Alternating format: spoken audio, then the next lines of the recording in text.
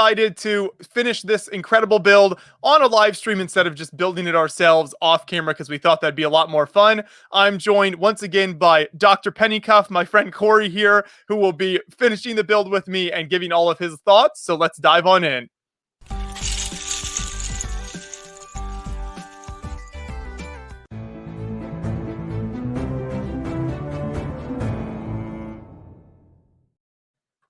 So you can see Corey here holding up the build so far. We are on step 13 of, I think, 21 different steps here with the build. So we got quite a bit done on the first stream, which was about 6 hours of building. What all do we have here, Corey?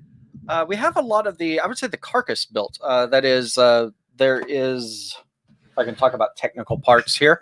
There, of course, is the body of the piano inside via a door. This is hard to turn around. I don't have enough hands, evidently.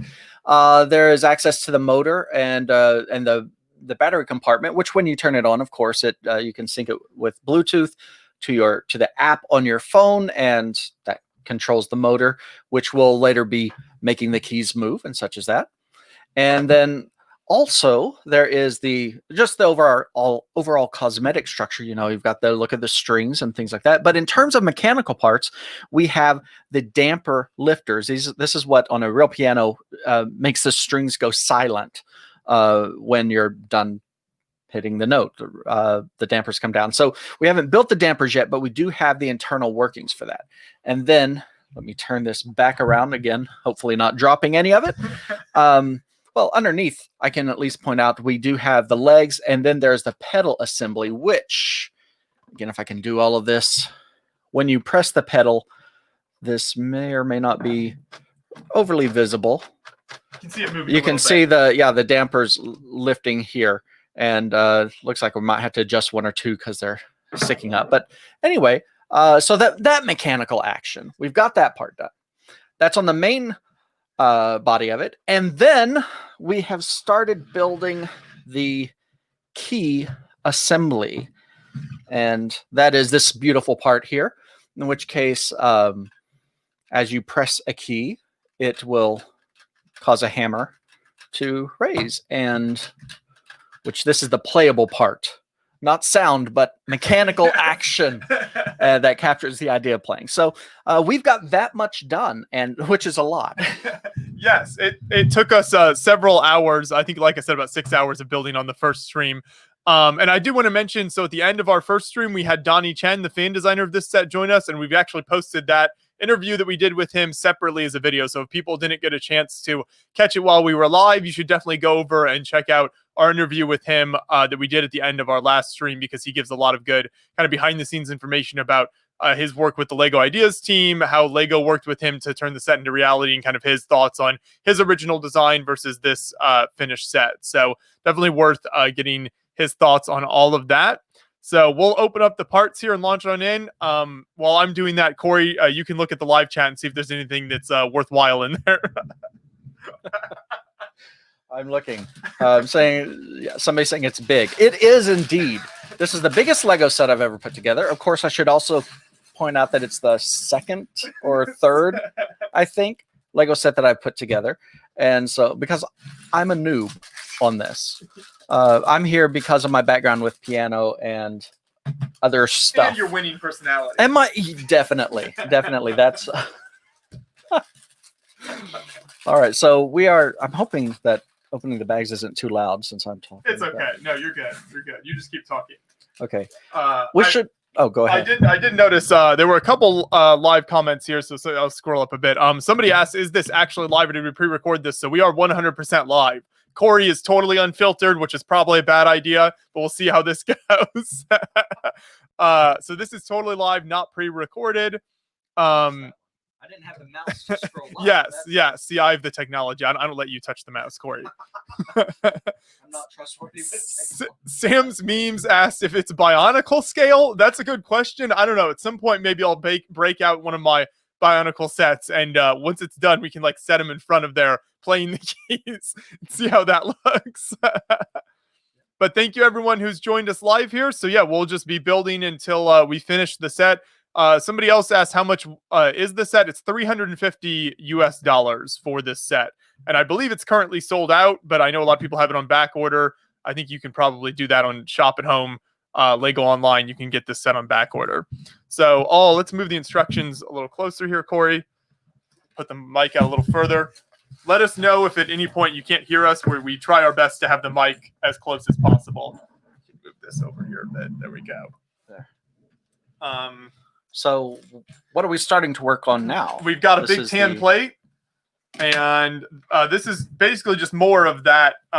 What do you call the whole? Well, this would be the key bed Okay. area where the keys go. This is the key bed. This would be the key assembly, I suppose you could. There we go. So more of that, just another section. Technical terms. Yeah. So we know we've got to build another one of these at least. Yes. So I will be helping find the pieces for Corey. Corey will put it together because his attention to detail is much better than mine, and I put the pieces in the wrong place. If you need to move the instruction booklet, you can. I'm good so far. We've got Lego Mock King joining us from Myanmar. So thank you for tuning in. Always love seeing where people are joining from around the world. It's always very interesting.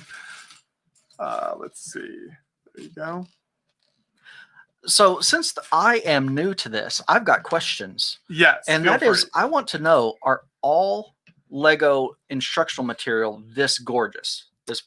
Well put together? I mean, the book is... So the book is fancier looking. Like yes. they certainly don't all have, and yeah, you can see on the build cam here for people who missed our first stream that there's these like really beautiful photos of like an actual grand piano in a concert hall, and I'm messing Corey up as I do this. You're fine. So that kind of stuff. So not every instruction booklet will have that, but as far as like how detailed they are and how technical the instructions are, it's basically all the same. It looks like this. So yeah, they do a very good job of laying them out. The only problem is, this is something I've definitely dealt with, and I know other people complain about it.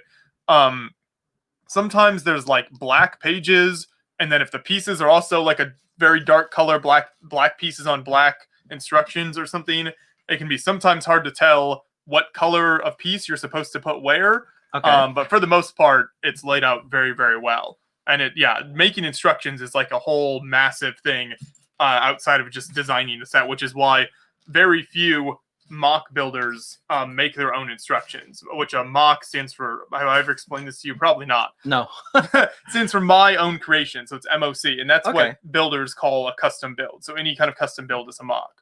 And very few mock builders make their own instructions because it's just so much work and so difficult to do to make them decent and easy to read. Well, are there tools then to help with that? There are tools to help, but it still takes a lot of time to lay out all the pieces and figure out, okay, each step, like how many pieces should I have them putting on here? Is this too many, too few? You need these Technic pens. There you go.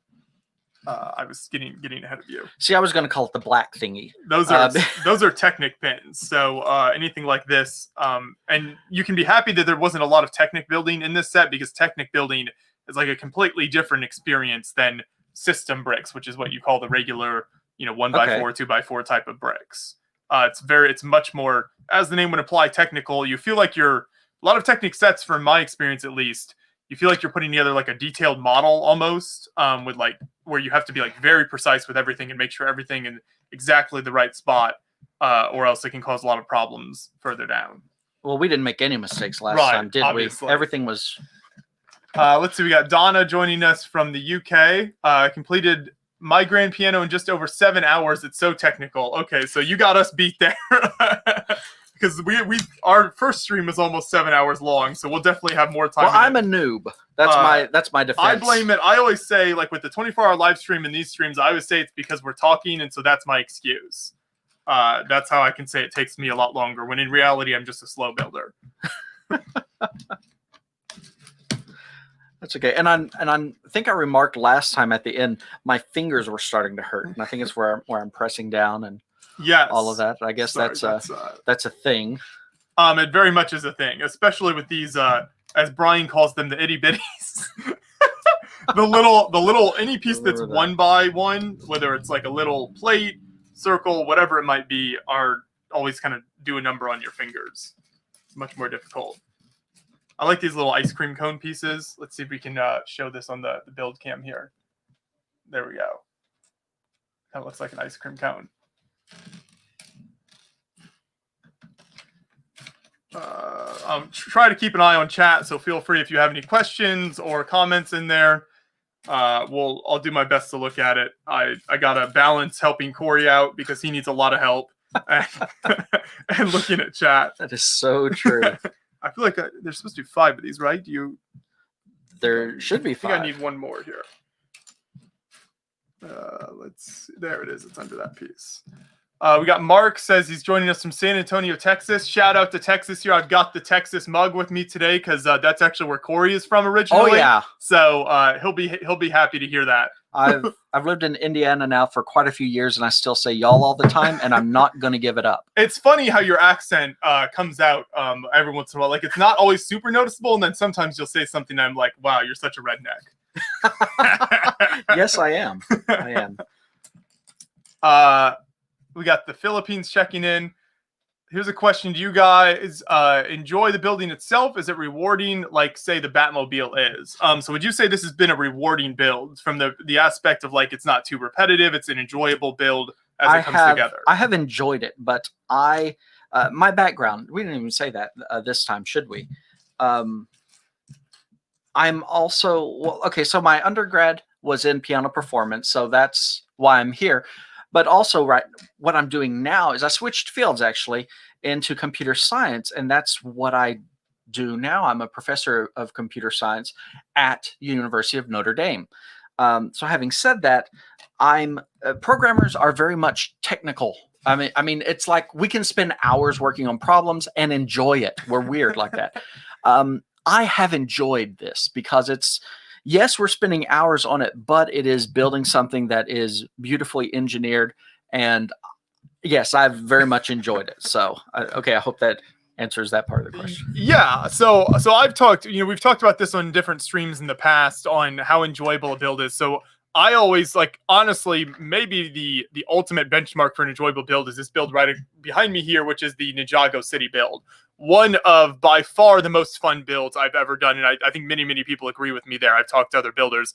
It's such nothing's repetitive in that build. You never feel like you're doing the same thing over and over again. It's just such a fun build to put together. It's so colorful. So that's kind of the benchmark I weigh these against. And funny enough, you can't really see it in this shot, but I have the Taj Mahal just up here, which might be the worst build I've ever had to do. It looks amazing on display, but it's literally just the same thing 4 times. There's a ton of 1-by-1 little pieces. Your fingers are dead by the end of it. So those two, it's like both ends of the spectrum actually there. And this build has been much more pleasant than like a Taj Mahal type build. Nothing has been like super repetitive. I will say the most repetitive part is probably what we're doing now, because we're doing several sections of the key section here of the piano. So that'll probably be the most repetitive part, but it's not, I don't know, maybe because Corey and I are kind of splitting it up, it wasn't that bad. I didn't think it was that bad. Well, and I could mention about the keys. There's should we switch to the build cam? However, just so I could show the detail. There's 3 styles of white keys. Basically something from your perspective, I guess, to the left of a black key, or in between black keys, or to the right of a black key. And you just have that repeated. So for the in-between one, there's 3 of them in this, but there is some variety at least. And we call these sharps. I used to be a piano tuner as well, and a piano tuner will probably call them sharps as well. Or the black keys, the ebony keys. So there is some variety, but then again, you had to build the entire assembly twice at least. And so there's a little bit of work there, but overall, this has been, I'll just say it's so satisfying when it's put together and you get to, there we go, and you get to play with it. So, and it's not even all together yet, so it's only going to get better from here. Exactly. So I saw we had shout outs from Peru as well as Dallas, Texas. So is Dallas, the nearest? I think, isn't that, haven't you said that's like the nearest big city to where you're from? Well, I'm originally from a little town called Graham. I was born in Wichita Falls, so that's kind of 90 miles west of the Dallas and Fort Worth area. I guess west northwest. And anyway, so yeah, it's not too far from Dallas at all. Mm-hmm. There you go. And we have Peru as well. So thanks for joining us, everybody. Let's see. We got Wisconsin, the exotic state of Wisconsin checking in. Was there anything else here?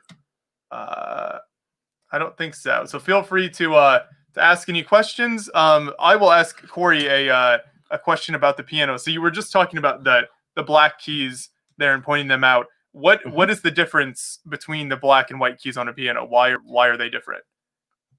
Different notes. Just Yes. different. Okay. Yeah, different notes. A piano is. I could go into all the mathematics of it, which I am. See, we're supposed to be building, and now I'm distracting you. Yeah. No, piano keys are. They could have just gone white, black, white, black, white, black, white, black. Of course, that would make it hard to find your place on the piano. So at some point in history, they just decided to follow a certain pattern. If you play all the white notes, that is in one key, which is a set of notes. And if you decide to shift up or down, then you start having to play a black note instead of a white note in order for it to sound relatively the same, just shifted up or down. So I can say this: when you're playing and you want to not look down, they're very important for being able to feel where you are as well. So, but yeah, it's just the ability to have an ascending chromatic scale, which again, if you want to go into music theory, I love that as well. I know, but then we won't be able to build anything. Yeah. This might be a lot longer stream than. Yes, you're welcome for the answer to the question there. We've got some people checking in from California. Marilyn says her husband wants the piano, might be a Christmas gift for him. I like that. Devin in the UK here. Thanks for joining us from the UK. San Diego, Australia, all the way in Australia. So it's let's see. It's late there. It's getting real. I think it's getting real late in Australia there. Samad says he's disappointed he didn't ask for Ninjago City, but it was $300. That's true. It was expensive, but now on the aftermarket it sells for way more than that because it's such an awesome set. So people regret not picking it up. There's that. Gotta go back to helping Corey here. Which I do appreciate the help. It makes everything a lot faster. Brazil, we got Daniel joining from Brazil. Milan is in the Netherlands. Oh, it's 3:30 in the morning in Queensland. Wow, that's even later than I thought. Well, I'm glad we can entertain you in the middle of the night. Wait, is that entertain or put to sleep? Oh, that's true. Is this your ASMR? Oh no, who did we just have join? Hello, everybody. Good to see you. Hello, Andreas. So, Corey, you haven't had a chance to. We've made lots of references to Andreas on last live stream. He's joining from, I presume, Germany. That's good to hear. And I can tell you right now, if it's possible, I would love to join you next Tuesday, because then I have to make a very, very special announcement. Andreas, I won't be here. I'm camping. I'm sorry. I'm no stream next Tuesday with me. Brian might do something, but I'll be gone. No, stream next Tuesday. Oh, sorry. All right, then I will do a live stream. No big deal. So I just joined you for a minute or so because my daughters are still around, and so I'm just standing here. Don't lose. And this is, by the way, the East Coast behind me of Germany. Very lovely sea. Very lovely sea. Yeah. No. It looks like a little pond. And you're building the piano. Oh, I have to leave this place. I'm sorry. Just a second. You're being kicked out. Okay.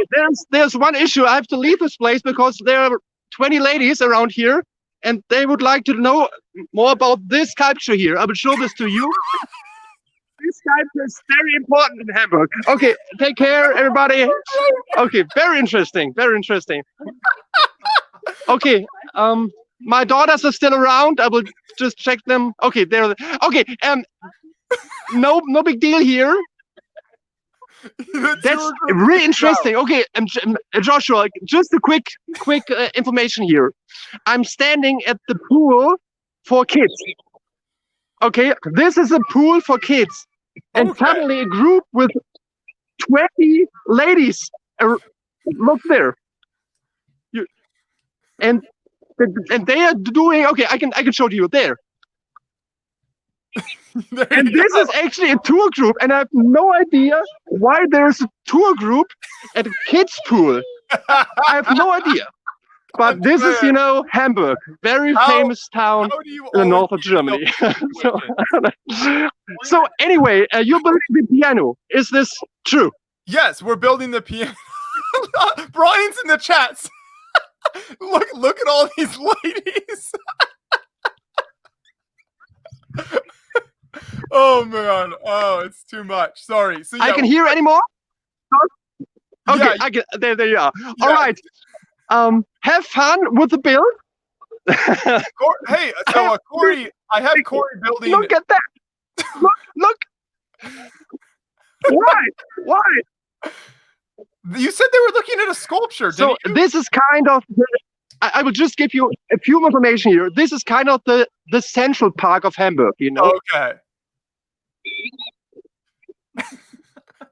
You're Brian is there. Look. And okay, I can. the funny story is the ladies arrived and everybody was looking at me while I was speaking English, and then I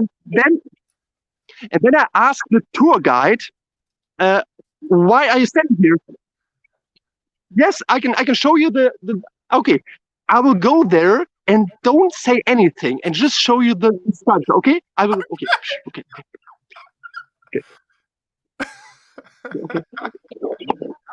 Oh my goodness.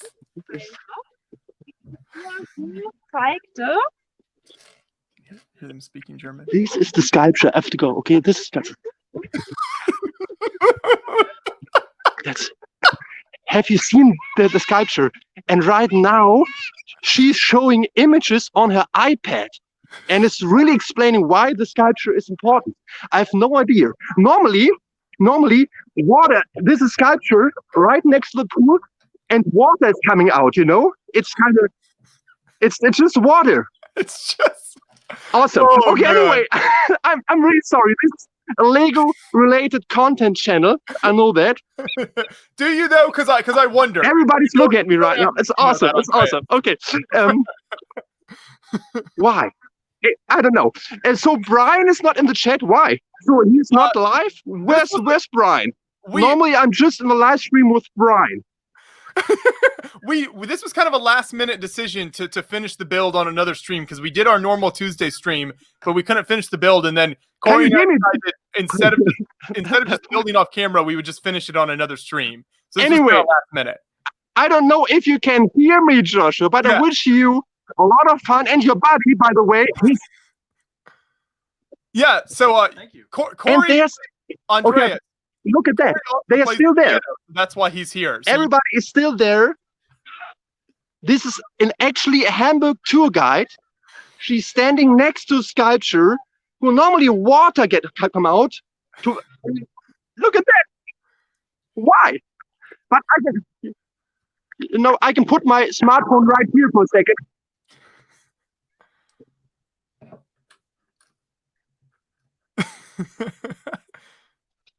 Oh no, it's really falling behind now. Helicopter for Joshua, helicopter. Yeah. Look at that. All over the place. Helicopter. I do like helicopters. Yes. What'd you think? This has been a military helicopter from a good friend Joshua. Oh, thank you. Yes. Anyway, I can hear you. This was a military helicopter. I wish you a lot of fun. Best wishes to Corey and Joshua and John of back and Brian in the chat. I have to pick my daughters now and get back home. And this was. Either John kicked him out or we lost him. It's hard to tell. So that was your introduction to Andreas.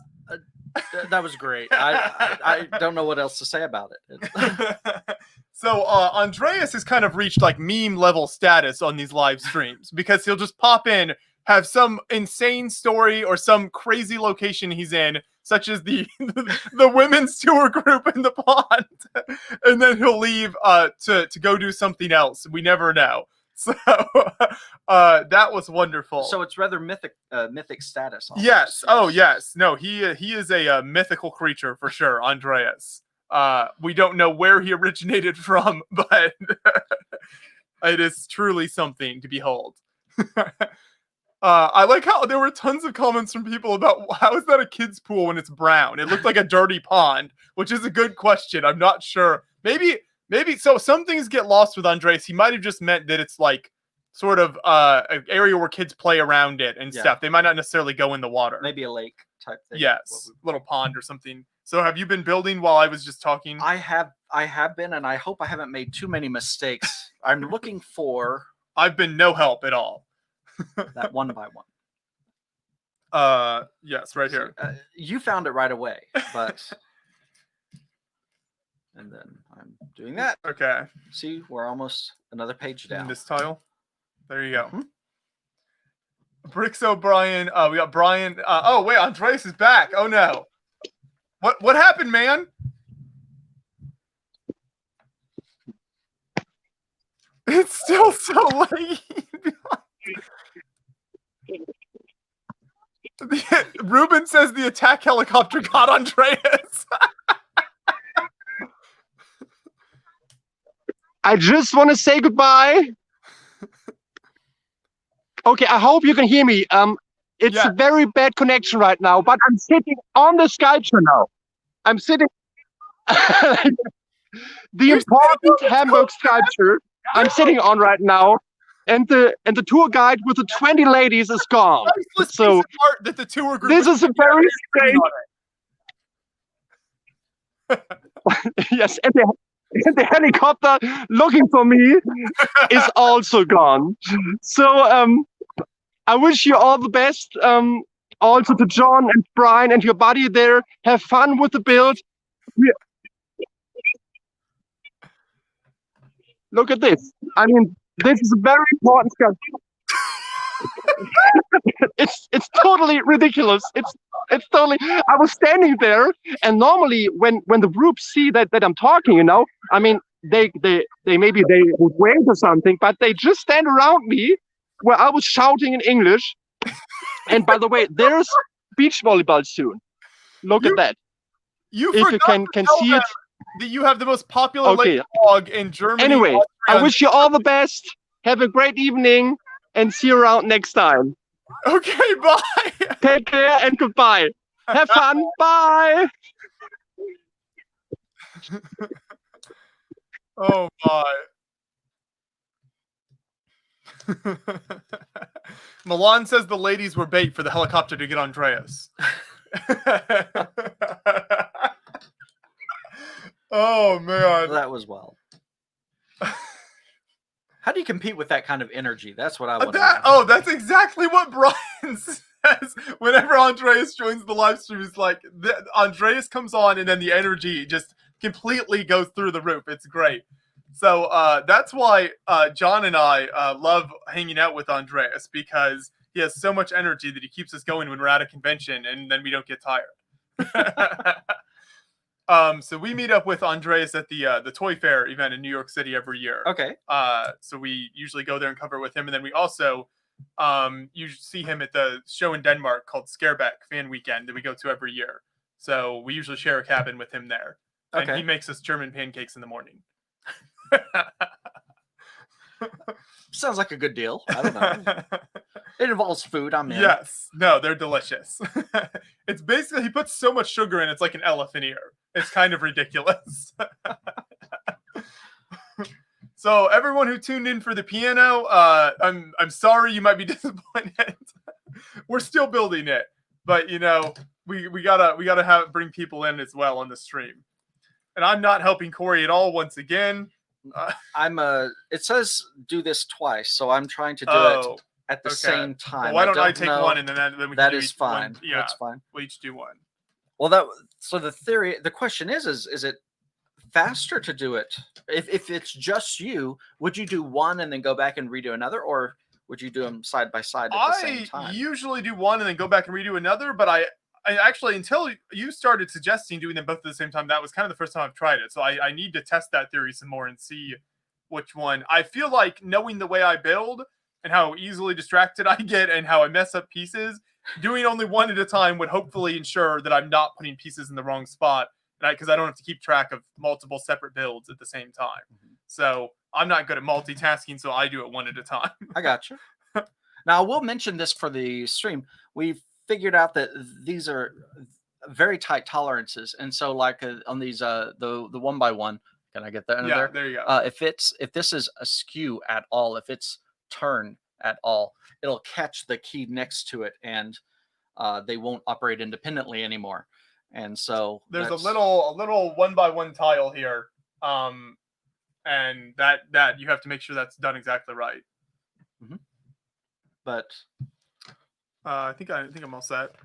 All right. The case now, just the back of the key. And you'll notice we mentioned this on last week's stream, but I think it's very interesting, so we'll mention it again. There's green tiles and red tiles, and that's to represent the color of the felt that is normally in these grand pianos. So the green and red is normally the color that's on there. That's why it's that way. And we've figured out since then also the this brown knuckle part is well, it's actually called a knuckle, and really? that's to press up on the keys. Well, here I can show you. So the way that these work, there we go. There we go. When you press a key, that's what pushes up on the hammer. There. Anyway, so we can put these in place. Yeah. There you go. And voila. Well, we need to continue. I guess you need this over here, don't you? At some point. I think you want to put these pins in first.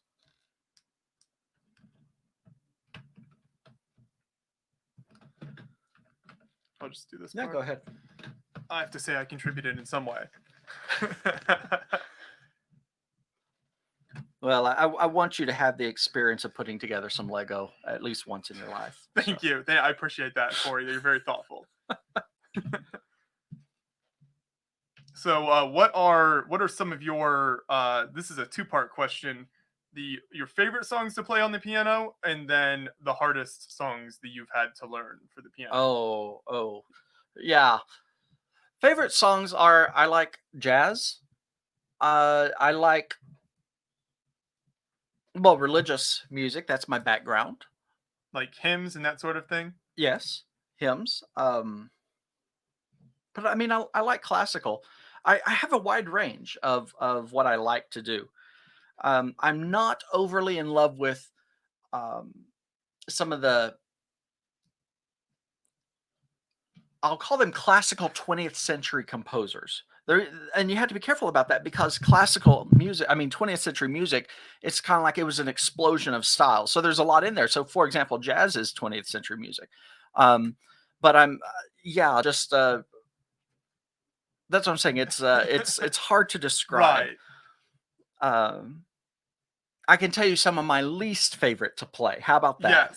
Yes. Actually, I'm not a big fan of like Bach and that era of music. Just because it's like challenging, Baroque, or just the way it was I don't composed? enjoy it. Okay. Romantic would probably be my favorite era of classical music, which the musicians in the room know. You know that classical is actually an era, and what we just think of commonly as classical music, there's a lot of different eras in there. Right. The kind of popular term classical music is not like a technical term for, like, the way people use that term. Exactly. It's very general and not, but there are like an actual meaning to that phrase as well. Yeah.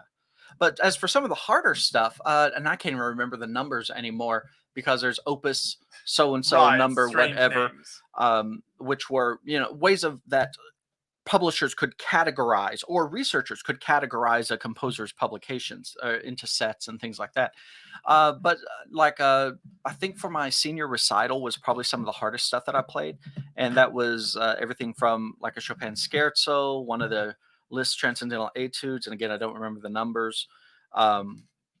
Just some larger pieces. And I mean, those are fun. I remember one time in what class was that? Botany. Seriously, botany about plants. And I was bored. And so I had my music with me and I counted up the number of notes in the piece. And it was, 1,100 and something like that. It was a lot. This And of course, is why you're not a botanist. no. Well, I still got a good grade in the class. And anyway, so it was, yeah. I just needed something to do to occupy my mind. And it's a lot of stuff. And that was one of the pieces so when you're going for a music degree, you have to play, like usually your senior recital is 100% memorized. Or unless you have to play duet music or something like that, that doesn't have to be. But if it's solo music, it has to be memorized, and it's an hour long. And that takes months to learn the music, probably less if you're practicing a whole lot, but I was working a job at the same time. So you get a pass. Yeah. I was just lazy. No. But anyway, having said all of that, you're building all the hammers and I'm just watching. So that's good. Keep going. I talk too much. we probably. Oh, so Andres is in the chat now. He says, "Sorry, the connection is bad." He sent a photo of the water sculpture at the kids' pool. Let's see. I probably have an email pulled up here. There it is. Okay. Here's the sculpture. John, can you screen share the that? Okay. John will screen share the sculpture.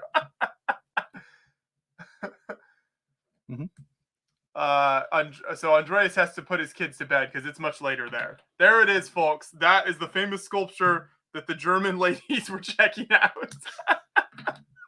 What is that a sculpture of? That's what it's kind of modern art. Well, and Andreas didn't go to the tour group, so we don't know. Oh, right. We don't know what it is. Oh, are you done with this one? Oh, I forgot to ask Donnie about these notes. If there was anything that represented. I meant to ask him. Well, sometime for the future. We won't know. You can attach these. Go ahead. Okay. Are they all right? I think I put them correct. If there's any mistakes, who do we blame? John. That works. Bring this over. There we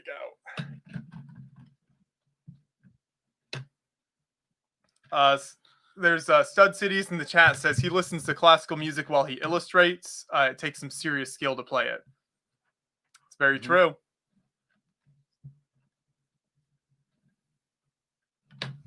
Yeah, well, we had somebody checking in from Mexico.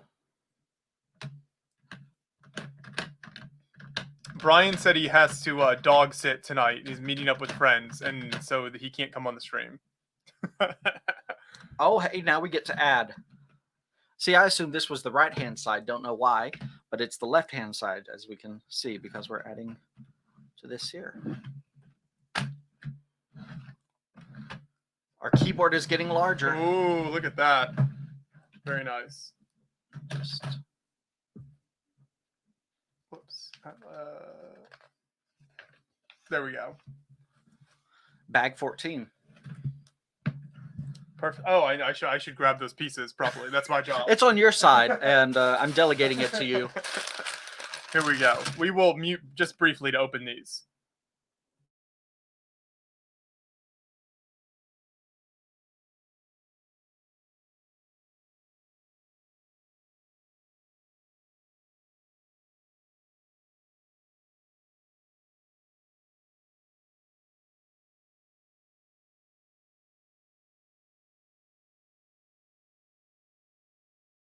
Box over here if you want me Yes, to. Corey takes care of the empty ones.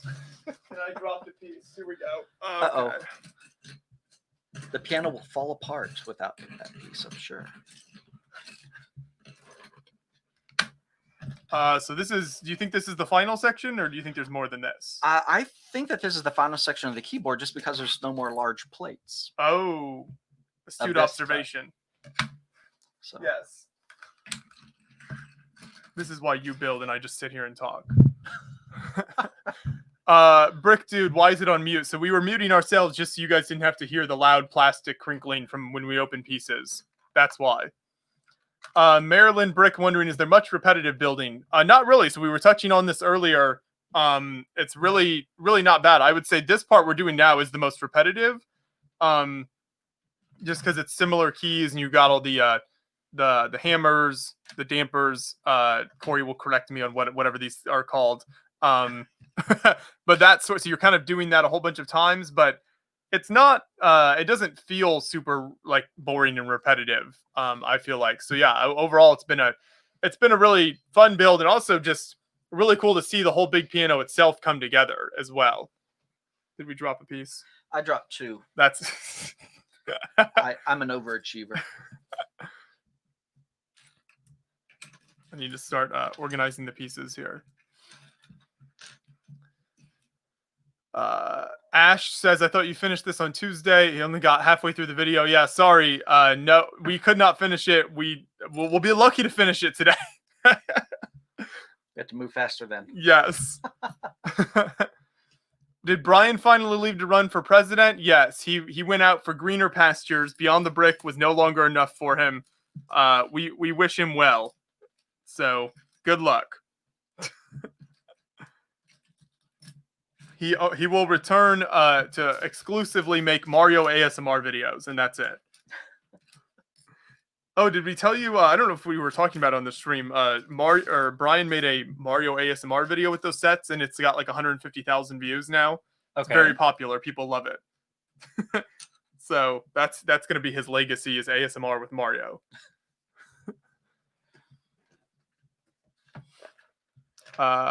We got Isabel coming in from Sweden. There we go. Oh, cheers on that coffee. So this is actually just water in the Texas mug here, just to keep my voice going.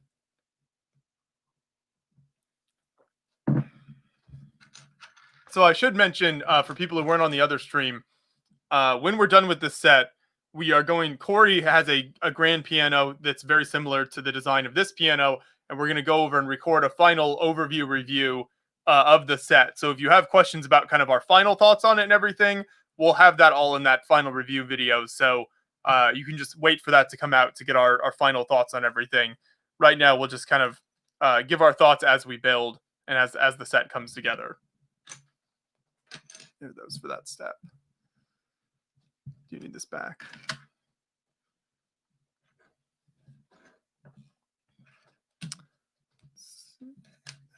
Need that.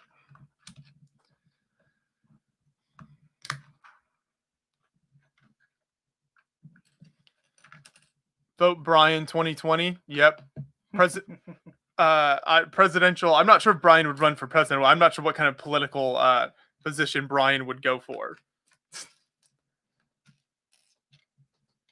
I need another one, the gray square. There we go. So here's another piano question for you. Sure. What is the differences in sound and kind of all different ways between a big fancy grand piano like this and then was it like an upright piano? Is that what a sure, that's the easiest way of describing it. Yes. Well, there's a lot of differences. A lot of them are what's the word, mechanical differences. Well, some are practical, but a lot are mechanical. I'll say, how about this? The biggest one. Well, no, I shouldn't say the biggest difference, because even that that's subjective as to my opinion. How about I just answer the question? I've got about 5 answers going on in my head. Where do I start? There's too much. You're like, yes. Josh, why would you ask such a dumb question? I can't just start. How about this? You build, and I will. I will answer the question, because I don't want to force you. I'm really asking too much of you. I can't think and talk at the same time. Ask my students. Okay, here we go. I think we haven't got those pieces. Yep, I got them. Anyway, okay, yeah. So a normal, an upright piano versus a grand piano. There's a couple differences. Number one, actually a big difference is just the length of the strings. So the length of a string on a piano affects the inharmonicity of the notes. The longer a string can be, the better behaved it is in terms of the inharmonicity, which means how out of tune it sounds with itself. So the smaller a piano gets, the harder it is to sound good, especially on the high and the low ends. That's why concert instruments are, my piano is a 9-foot concert grand. It's so that they can have those super long bass strings that just resonate. The other thing is it's hard to sound low, to play low notes on short strings. They sound tubby. They sound like almost a thud, as opposed to a resonating low note. And so, yeah, that's one of the big things, is just the sheer size of the strings. But then the keys actually behave differently because the hammers are facing a different direction. It may seem like a small thing, but the biggest advantage is that on a grand piano, the keys, well, you got to think difficult piano music, the notes are very fast. Right. And on a traditional piano, I'll use this. No, well, no, this may not work. That's okay. I'll just, well, no, okay. Now that the Now that Bilken's we've there, switched. yes. This is not a traditional piano action or a traditional grand piano action. This is something that will work for Lego, for a Lego piano. But what happens on a regular piano is when you press down the key and the hammer goes up, in order to play the note a second time, you have to lift the key all the way up and let it reset. On a grand piano, there's something in the action called a repetition lever that allows you to only come up maybe halfway or 2/3 of the way. I don't remember the exact ratio, and that may be different depending on the manufacturer. But it allows it to come up not all the way, and you can repress the note and it will play again. So on fast music, something that like you would expect to hear from a virtuoso pianist, they may be a virtuoso, but they probably cannot play some pieces on a standard piano just because the notes cannot play fast enough due to the mechanical nature. So a grand piano has that advantage as well. And it has everything to do with the direction that the hammers need to hit the strings at. So on a grand piano, since they're hitting from below, they can take advantage of that repetition lever. Whereas on a upright piano, they're hitting straight on. There's I guess it's a horizontal movement as opposed to vertical. And so that's one thing. And then another thing would be there's different types of pedals. So for example, there is is it the sostenuto pedal? I'm sorry, my brain just went dead on the yes. Basically, on a regular piano, you press that pedal, and it makes the intent is for it to make the piano be softer, play softer. Well, what it does is it moves the hammers half the distance, or thereabouts half the distance, to the strings already, so that they can't build up as much momentum, they can't hit the strings as hard, and they can't play as loud. On a grand piano, it doesn't do that. It shifts the entire keyboard to the right. And what it does is it makes, first of all, the hammer will hit, a lot of the notes have 3 strings, especially in the upper region. Well, it may only now hit 2 of them. But also, it's hitting the strings on a different part of the hammer. So whereas the normal place that when the keyboard is in its normal position, well, the hammers get compressed at those places, and that's why they develop grooves over time. When you press this pedal on a grand piano, it shifts everything over ever so slightly. The hammer is using a different part. It's the non-compressed part, and it changes the tone of the piano. So it's not just softer. It's not just. I will use the word softer, but let me differentiate here. It's not just less volume, but it's also not as sharp of a sound. Maybe it's fuzzier. Yeah, it changes the character of the sound. So you can get a different variety of sounds on a grand piano. And there's a few other things, like there's a special pedal that exists on a grand piano that allows you to, the notes that you're playing, you can hit the pedal and it will keep just those dampers up. And while everything else, the dampers aren't functioning. And that is not the case what's the word I'm trying to say? With a normal upright piano, that it doesn't have a pedal that functions in that way. So all that to say is there's a lot of mechanical reasons that a grand piano is different, but then there's a lot of musical reasons. So they are different instruments, even though there's a huge amount of overlap. So, okay, that you probably didn't want to know all of that. That's what people want. So Jason says he didn't realize there was a repetition system on a grand piano. Yeah, it's which when we come over, if you want to see it, I'll show you how it works. I'll take out the action on mine. It doesn't scare me. I used to be a piano tuner and work on pianos and everything like that. So I told my mom, I said, yeah, I'm just going to rip it out and show. And she's like, no, you'll break it. And I'm like, no, I'm not going to break it. But this is a good time to mention. I think I touched on this earlier, but once the set's done, we'll take it over to Corey's grand piano, and then we'll kind of do a comparison between the Lego set and here's this. I don't know where we are. We're right here. Oh, okay. Just putting those pieces on, which I guess the pieces are over here.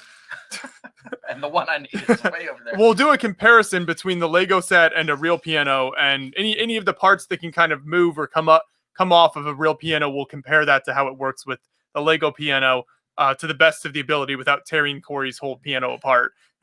As entertaining as that would be. Well, and one of the huge reasons is just because this is a really good quality design, and it captures a lot of the internal style and design that you would see. And so we want to kind of showcase that because, Donnie put in, that's his name, right? Yeah, I got it right. yep. Yeah. Mm-hmm. I was hoping I remembered it correctly. He put in a huge amount of work, and it's worthy of you being able to experience it in that way. That's my opinion, at least. We did talk about this earlier, but Peter has a question about the difference between the black and white keys. So if you just want to give like a brief overview of why, I know you mentioned this earlier, but just since he asked. Sure. And I'm looking for that piece. Okay. So I'll let you. The black and white notes, they play different notes on the piano. They're what we call a half step apart. There's a progression of notes going up the piano. Each one is a half step. The reason for that configuration, though, is actually first of all, it gives you a location of keys on the keyboard. That is, if I'm not looking at a piano, if my eyes are closed or whatever. And yes, it has happened to me once that I was playing and the lights went out. That is the room that we were in. And I just kept playing because I practiced so much. I knew where I was on feel. And that is due to the pattern of, and I'm sorry, we probably, if we're able to, yes, the pattern of white and black notes. That allows you to feel where you are on the piano. But also that particular design of white and black notes, it forms what we call the major scale. We call that today. This goes back to before we had that wording for it, but it's basically a sound that is pleasing to the ear going from note to note up the scale. And of course, you can change keys on the piano. That is, that's a technical term. It doesn't mean you're actually taking out a key and moving it, but rather you are shifting, relatively speaking, up or down the piano, the tonal center, what it sounds like. And in order to do that, and it still sound good as you shift the music up and down, it will use a different pattern of white and black notes. So there's 12 distinct patterns that we use in piano playing, and that's part of learning to play the piano, is learning each of those over the time. So anyway, that's good. That's very good description. Thank you. I'll go back to finding the pieces. So I'm right here. Okay. So no, that's very helpful. Let's see here. Thank you for everyone's good questions in the chat. Let's see. If there's anything else in here that you want Corey with his piano knowledge to weigh in, or his Lego knowledge now.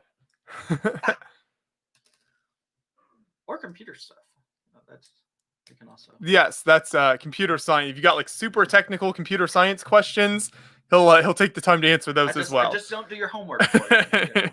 If there's any college students out there who are just having trouble with a problem. What are we looking for? Looking for this thing. That one, exactly, right there.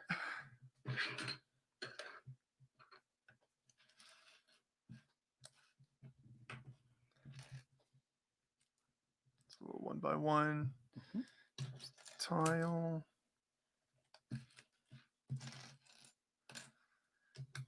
Alyssa says you're doing great, Corey. Thank you, Alyssa. I appreciate it. Thanks for tuning in. This has been fun. Yes. No, we've got a good chunk left, so we keep moving through. We're not done yet. We're an hour in. Here you go. Well, and that might be interesting to at least talk about what we know is coming up as well. What parts? Yes. So the whole like front of the piano is basically what's left in the lid. It's called the lid, right? Sure. Okay, close enough. That's what I call it. The part that's on why top. not? You know, actually, I guess that's the best term for it. We'll also have the bench. It has a bench that is mechanical as well in nature, and so there's the fall board. That's the part that closes over the keys. The music desk. That is where you put your music.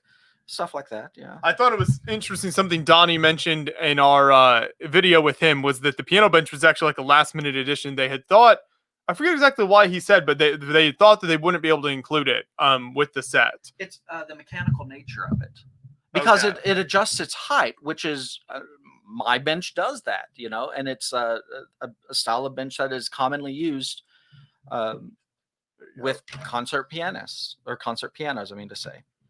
And so yeah, it was almost not included in there. He said it was like 2 or 3 months before the set was released, they decided to include the bench, which I think should be pretty cool. I think it'll really kind of complete the overall picture of it.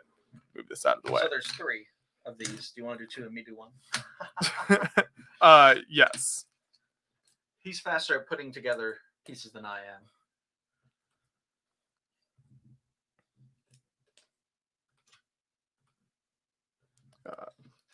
Got to moderate the chat here a little bit.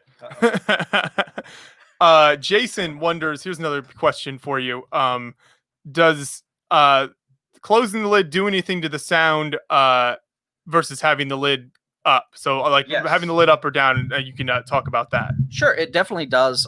Pianos, they're... Well, I'm trying to think of the word. They are acoustic instruments as opposed to, you know, strictly electrical. So the shape of the resonance cavities definitely matters. On a concert piano, with the lid, you can change the way that the sound projects simply by opening it up all the way or putting it on what we call half stick, which is really only about a third of the way up, but we call it half stick, or closing it entirely. And a lot of times you can't even get a good recording of a piano if it is closed. I have a miking system on mine that supposedly you can record with it closed and get a good sound, but I haven't tried it yet. But it does definitely make a sound, especially in the perception of the people listening. And it does change the tone somewhat. On mine, I've got a concert grand, and it's in a living room, which is comical. When you think about it, it's just very nice though. It looks nice, but it's oversized for the size of the room, and well, yeah, like I said, there's no other word. It's just comical in its proportions, but it sounds amazing, and I love it.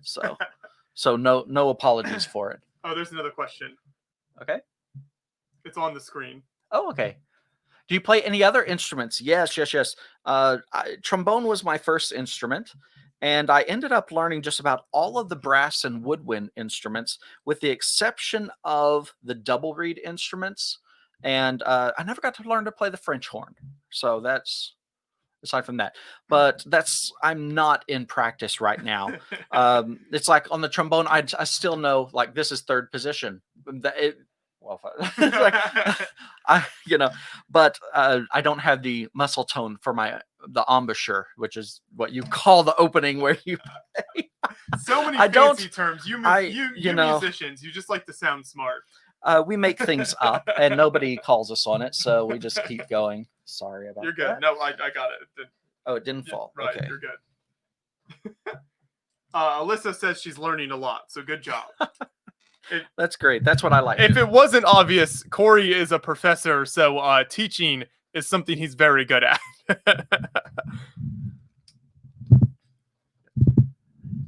Somebody says play drums, play the ukulele. I never got into percussion and never was able to do stringed instruments. Andreas plays the ukulele very well. Oh, really? Yes, it's very good. He actually has written some of his own songs for it. It's very impressive, actually. That's cool. I was trying to explain to him that you also play the piano because he plays that as well, Mhm. but I think the connection was too bad. He would appreciate that fact about you. Yeah.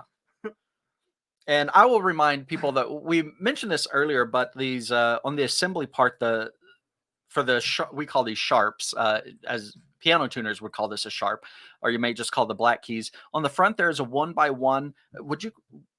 What do you call these types of tiles when they don't have a stud on top? It's just like a finishing type. So that piece. is a tile. So these are plates. Anything with a stud on is a plate. Anything smooth is a tile. Okay, so it's a 1x1 tile. Alrighty. Yes, those can turn. They can pivot ever so slightly, and the tolerances here are pretty tight. So if it's not exactly straight, when you press one key, it will affect the keys next to it. So you just have to be careful about that. So somebody says, "Can I play the accordion?" I've tried like twice, and I think that they're cool.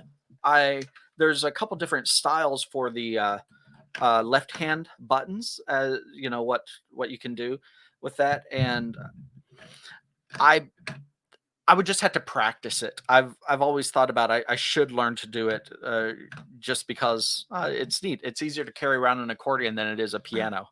Also, you can look like Weird Al, so that's the main reason. That I envy his hair. That's Are you a Weird Al fan? Yeah, he's got some great stuff. I like his sense of humor. John and I went to one of his concerts in Fort Wayne last year, and it was amazing. That's awesome. There we go. And it was great because, so for people who aren't aware, Fort Wayne, Indiana there's a lot of like Amish that live in the area. So he played his song Amish Paradise, and all of these Amish people got it up and started dancing. And it was one of the funniest things I've ever seen in my life. It was so good. That would be the highlight of my existence there. I need one of the. Oh, the piece was turned upside down. I didn't recognize it. I'll put the pieces here in front of you. What can I say? You know, it's here, I'll build this while you answer. Oh, okay. There's a question from Ruben there at the bottom. Learn one instrument you don't play now. What would you play? That's hard because there's two that I would really, really like to play. One would be the guitar. Definitely. I think it's a very neat instrument, and I've just never had the time to devote to it that it takes. Oddly enough, I taught a guitar student, but not technique, but music theory, so he could understand more about what he was doing. But I'm not a guitarist, and I know that. And so that would be one of the ones that I think would be really nice to learn to play.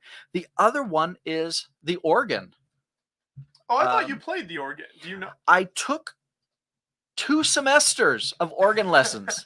It takes more than that. I can make noise on the organ, and I can make it sound like I know what I'm doing to someone who doesn't know anything about the organ. Like me, for instance. Sure, definitely. But the organ is a truly majestic instrument. And we used to say, when an organ plays, you know the majesty of God, and when the organ stops, you know the grace of God. So it's very true with some organs I've heard. The organ truly is a spectacularly powerful instrument and versatile, especially the theater organs. And there's even places like, is anyone here from Arizona? I used to live in Mesa, Arizona, and there's a place called Organ Stop Pizza. Yes, You've we been have there? family in Arizona, and we've been there. It's so cool. So you should explain what that place is for people, because they're really neat. John might be able to pull up a video from somewhere as well. Organ Stop Pizza is Chuck E. Cheese for adults. There is a big theater organ there. And a theater organ, as opposed to a pipe organ or something, theater organs are, I'm going to say they're more novelty and I could be somebody who really knows organs may get onto me for this, but I'd say they're more like novelty things. In that, for example, with this organ, there's a button that sounds like a piano, but the reason it sounds like a piano is because it is electrically connected to an actual piano on the side, so that when they play the note on the organ console, it is being played. Yes, that is the that's one of them. Yes, and those pipes that just showed at the front are 64-foot stops. That is, they are truly 64 feet long, and for playing the really, really low notes on the piano. And anyway, all that to say, I could go on and on about this, but theater organs are truly amazing. So, like I said, there's a button for xylophones, and it actually connects to a xylophone. So when you hit a button, there's a hammer hitting the xylophone. I don't want to tell all the secrets of going to Organ Stop Pizza, just because you should experience it really is something that should be experienced. It's so cool. The best part is the people who play there are very good musicians, and you can submit requests, and they go on break, and you put the request in a bowl, whatever, and they'll go back there and come out, and they'll play the requests. And I guess in the back they're figuring out what registrations they want to use. I don't know, perhaps maybe they're looking up a chord sheet of it. But again, just really, really accomplished musicians, and people I've seen. There it is. So the scale of this is what's so crazy. That is huge. Yeah. The organ's in the middle. It's massive. Anyway, and there are other things like they have to have so many blowers that is to produce the wind for this, that it's on a separate foundation so that the vibrations you can't feel it in the main building, and things like that. It's a marvelous topic. And it's like, where was I going with this? I was talking about, yes, you want to play. People do their requests, and all these old people just get up and start dancing, and it's a pizza place. I cheated. I would go and not order pizza. I would just go in and go to the ice cream area, get ice cream, and go in and then watch the show. And of course, there's an upstairs area, and that's he had the marionette cats that are the cats dance. I guess the strings are attached to certain notes, and when they hit X, Y, or Z note wise, then the cats do movement. So it looks like it's choreographed. But anyway, it's just a fascinating place. If you go into the world of like circus organs or anything like that on YouTube, right? YouTube has the weird parts you can get into sometime. That's one of them. There's some fascinating stuff of what they did at the turn of the century to make an orchestra, an automated orchestra. Anyway, so that is just something. Yeah. Yeah, somebody said it's a shame a lot of church organs have been replaced. I agree. Church organs can't do everything, but they can do a lot. And I still like the sound of them when it is appropriate. And so, but playing the organ is a separate skill from playing the piano. And so just because I play the piano doesn't, and vice versa, by the way, there are different techniques involved. Obviously, a lot of overlap, but it's the differences that make someone sound good or bad. So the organ, that's the long answer. The organ is one of those instruments that I would like to play better. So somebody said, do they sell pineapple pizza? No. I don't know. Are you against pineapple on pizza? It's not great. It's okay. I'll have it. I've gotten more into it over the years, and I used to not like it at all. I can have it now, but no, I would not have it if I was given a choice.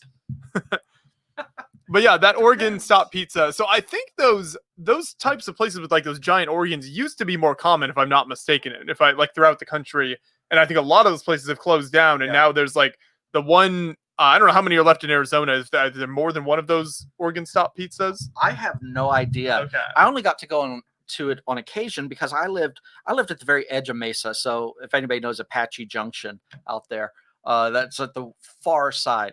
But anyway, I'm just checking this to make sure that they're all individual and they are behaving. Great. Let's see. Yeah, it's a very cool place if people have not checked it out before. The next one. Oh, we're making progress. 15. I should grab it. Yes, it's up to you. You're our only hope. This is not very many pieces. I think this is it. Mute Oh, ourselves for yes. the- Very thoughtful of you. Back in a second, folks.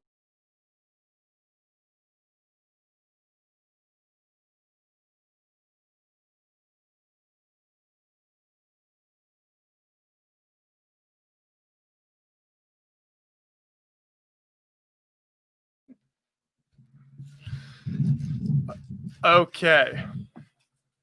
We've got some comments on the rivalry with the pineapple on pizza. Here we'll We retired since you got back for a week. That would be interesting. So I know you didn't have a lot of Lego as a kid. Do you remember even just seeing sets on shelves or in magazines or anything Probably like in the grocery store, say Walmart or something, because while I lived in a small town, if anybody's a Graham, 8,500 people, and back then we didn't even have a super Walmart. You know, we had the what they called the hometown store. So I just remember seeing them, but not really. Oh, thank you. Not really knowing that much about it, and they were probably at a price point that I could not afford back then. Right, yeah. And anyway, now that's why I think the other day you asked me about if I would buy it, and my mindset is still I don't know how expensive in general different sets are, what's considered a good price or a bad price. But this is so cool. I was like, it was a hard thing for me to answer just because I didn't know the relative costs, but it's definitely a fun set.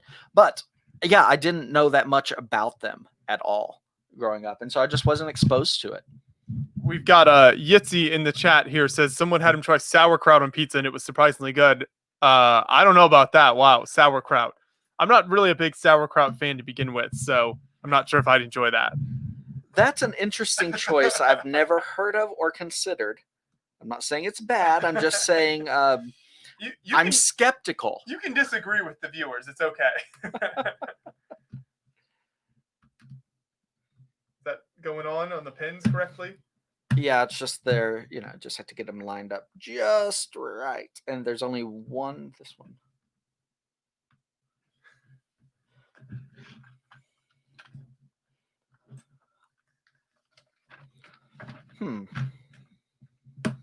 There.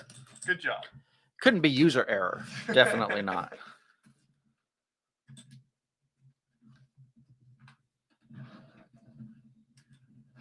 Should probably put this here so people can actually, see it as we're going along. Well, now I'll put it out of the frame. You can fix it. There's that. Yeah.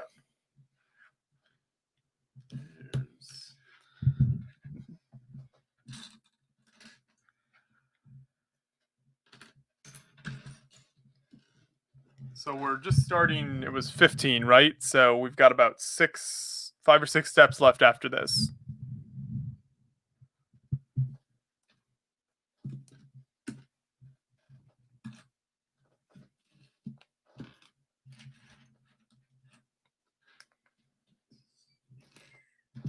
And are we? Yes. Check the chat. Don't forget about the chat. Your thoughts on day old pizza? Day old pizza is amazing, especially pepperoni pizza is best. In the morning. Oh no, that is I'm gonna have to disagree with that. I like it fresh. I'm not. One thing I've never understood is people who can eat cold pizza. Like it sits in the fridge, they just get it out. That's not me at all. I like leftover pizza is fine, but you've got to warm it up first. Well, some of us are just more talented with food, I suppose. There's nothing enjoyable about cold pizza to me. We've entered the food portion of the stream, even without Brian here. Oh well, yes. I heard that it was a requirement if you come here. So this, were we talking about this earlier? It looks like it's going to hold an extra key that we didn't have earlier. Okay. They're throwing in a little bonus one for us. It's gold piece. There you go. Yes. Got a bunch of these small 1x1 tiles.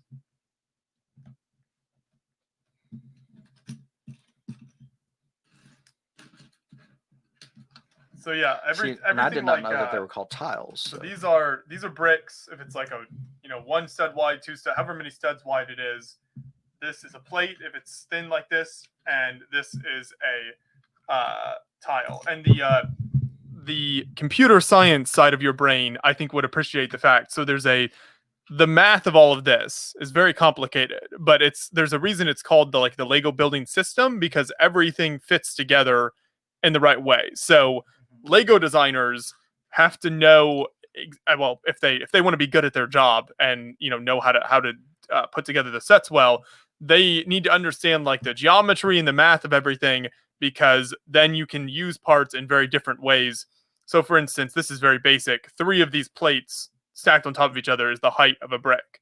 So that's like one very basic example, where if you know those types of things, then you can use the pieces in a lot of different ways, because Lego can't just make a new piece for every given situation. So they have to be able to figure out how to use pieces in different ways. So wait, so for the different heights then, did you say that there's a different terminology for this versus that? Yeah, so this is a brick and this is a plate.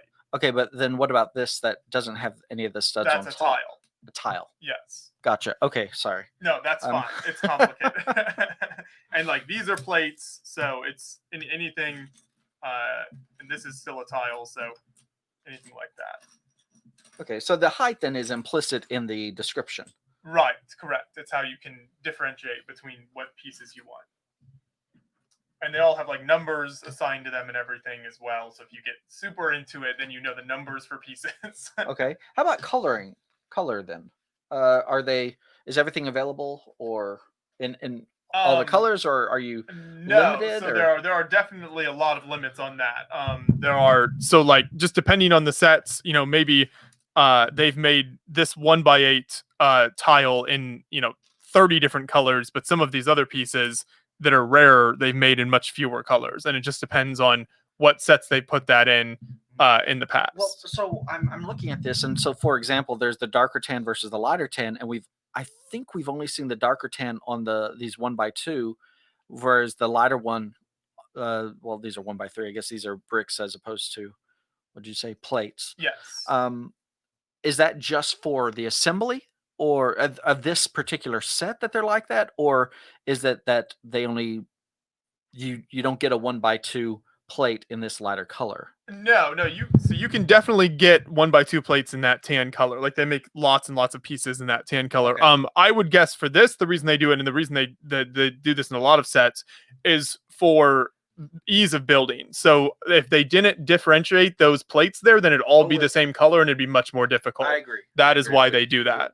And what designers who were AFOLs, adult fans of Lego, before they started for the company, so they were big fans and into everything, they will purposefully, they know the pieces that like fans want, and there are different pieces where it's like they want them in different colors. So it's like, here's this piece that's been out for 40 years maybe, but we've never gotten it in this color. And so in this type of situation where it's something where like the actual color of it doesn't necessarily matter, it's just there, either it's like an internal structure piece, or here it's to help you differentiate between the pieces, they'll put in those pieces that they know fans want, because then they know people will be really happy getting the set. Because a lot of people, if you're a builder, you make mocks, they might not even ever build the set. They buy it for the parts. And what did you say a mock meant again? Oh, so my own creation. Okay. Yeah. So there are some people who basically never build sets, or just rarely will, because they just want the parts to make their own creations. Okay. And so if they can get those special parts in there, then they make fans really happy, and then everybody likes it. So it's a win-win for everyone. Okay. And are we? We've got more pizza conversation happening in the chat. There's a lot of opinions when it comes to pizza, as expected.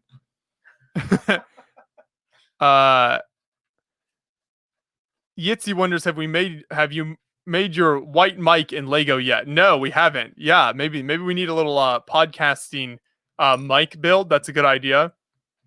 I'll get Corey on that after he's done with the piano. Stud Sidious says pepperoni pizza reheated in the morning is awesome. You see, I'm not wrong. Hey, I didn't get to be this way by not knowing what good food was. He also says pizza reheated in an air fryer is amazing. What is the I don't even know what an air fryer is. I've never tried that. Hmm. So I don't know. I can't give commentary on that. My commentary is I can't give commentary. Yes. And if you need water, feel free to let me know. I'll get you some. Thank you. What are we looking for? A Lego piece side. Oh, found it. Never mind. That's a Technic type piece. All these things you've got. I wasn't even right. Well, I mean, they're all Lego pieces, obviously, because it's Lego brand. But these types that are like axles that fit in there, those are all Technic pieces. Okay. And they usually have, so a lot of them either have the axle connection or the pin connection, and that's how everything kind of is structurally comes together with Technic building. Okay. But yeah, the math of everything with the system is fascinating if you can figure it out, and then it just opens up like a whole new world of building possibilities.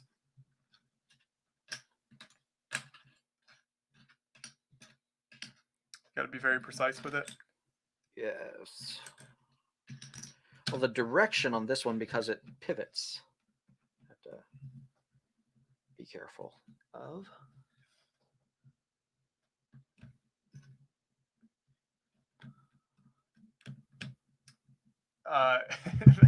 Enthusiastic Banana says it's very interesting watching a very intelligent person learn about technicality of Lego. There you go, Corey.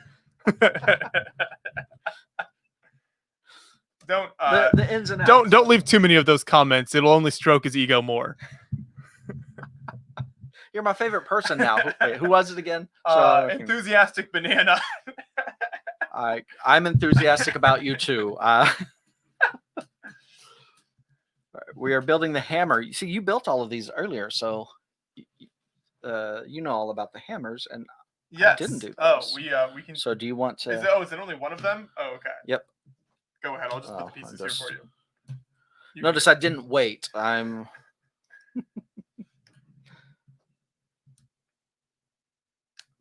Let's see.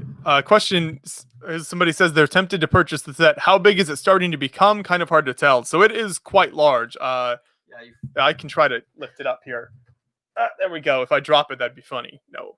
So you can see it between us. I don't know that the Lego website will have the exact dimensions. But just in relation to me and Corey here, it is quite a large build. It stands with the legs on. It's a decent height. And it takes up a good chunk of the table here. So you definitely would want, if you're planning to build this and display it, you want like a dedicated display space. This is one of those sets. It's kind of like the Lamborghini and the big cars, the high-end cars that Lego makes. Those types of sets are so large, you need you can't just throw it on any random shelf. You need a decent display space for it to make it look decent, especially with a beautiful looking model like this. When it's all done, it's going to be all black, which is going to look very, very nice. So do we need this now? So we're about to need it. Yes. Okay. So that's why I was putting this Perfect. here so that people can see. This is the last key. And you may want to slide that in. Oh, yes. Here we go. So slide it into the end. Let me, I'll pull up this camera here. It's a C in case you're curious. The note on the piano. Okay. Here's the build cam. So, whoops, I'm already breaking it. That's not right. There we go. Yep. And that goes like that. There we go. Okay. And then this goes into the front. So let me switch This is going to be switch the camera back. There we go. Okay. So how do we want to? There you go. Put it in. Just slides right in. There's space on the sides. It slides in between is there two? Yes, there's a guide down there that it goes in between. Oh, there we go. Yep. Which, oddly enough, when you see my piano, you'll see that the keep bed behaves the exact same way. It can go left and right some, but when there are guides in the back that when you push it in, it like locks in, and that's There you mimicked go. here. So we've got the actual keys on the piano then. This is a big moment. No, so here's the great thing. If we can see, again, the damper, these are the lifters for the dampers. When we press a key, so Josh, you will have the honor here Okay. because I can't see which note I'm hitting. It should lift a damper, Okay. which there are no dampers on there yet, but if it were, it will lift the I'll rod try it there. out here. Oh, there Yes. you go. Look And at that. the hammer is raising. So Corey is so excited right now. You have no idea. Here, we can move this at least to show on the build cam, just so you can see perhaps the detail. Here we go. I'm loving this. I think you should love it as much as me. That's the thing. So you can see all of the action up here as I'm pressing down on keys. And one thing that we talked about was that some people were concerned that the marketing called this a playable piano, and it's not that playable as in producing sound, but that the mechanical action acts. There is a mechanical action to it. It's not just a facade. There is that behavior, so it's playable in that respect. And that's something that Donnie, the fan designer, had mentioned to us, was that it kind of depends on the definition of playable. So if the keys move and all the parts in there move, it just doesn't make the sound when you hit the key. So you've got the mechanical part of it there. So it just kind of comes down to how you want to define that. But there has been some confusion because of the way Lego is marketing it, for sure. We talked about that in our chat with him. So that has been a bit of a problem. Jonathan says, is it structurally sound? So far, what would you say? It hasn't fallen over yet. No, it feels very solid and put together very well, which I've been a fan of the design the entire time. And again, I haven't put together a lot of Lego sets, so maybe you're saying, no, Corey, this is run of the mill. This is standard for Lego. I don't know that from my own personal experience, but as I'm looking at this, and whether, as I said, as a person who, I was a piano tuner, I'm a musician, and I just love this for the fact of because of how well it resonates with me. The attention to detail and everything, and yes, how solid it does feel. It just seems, it's very good. So anyway, okay, I like it way much. That's I ran out of words. What else? What else should I say? I don't know. Okay. How about you? Because you've got a different perspective than me. Yes. No, that's one thing I like about I just did the steps, so now we're over there. One thing I like about having Corey or any kind of relatively new Lego builder build a set with me is, myself, and I think a lot of the people who watch our videos have been in the community so long. You've built so much stuff that it's easy to kind of lose track of what that core building experience can be, because we've done it so many times. And so having someone come in and experience something for kind of the first time, I think is a real treat and gives a very different perspective on a lot of these sets. I would agree with Corey, though, very structurally strong. We've been lifting. I mean, you saw me lifting this up earlier. We've rolled it all around the table. The wheels actually work really well, which is nice. It rolls around well. No complaints at all. I think this will stand up very nicely. Nothing felt kind of weak or like it was about to break in half or anything like that. So no complaints there. There we go. Let's see. Milan says, did we see the new San Diego Comic-Con exclusive Supergirl that just got revealed? I have not seen that. If Brian was here, I'm sure he would have kept up on it. I don't follow that news very closely.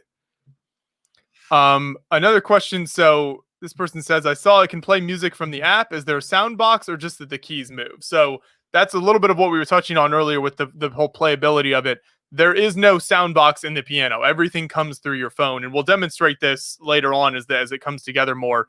All the sound comes through your phone. The keys will move. There's a motor inside there. The keys will move, but the sound is all coming through the phone. Well, and also we should point out that the keys moving is not tied to which note is being played. It's a preset pattern according to the axle. That is the axle that's internal there. So there's that caveat as well. But having said that, it's it's still a neat effect. But yes, all the sound is coming from the app, and so yeah. Mm-hmm. Let's see what this needs.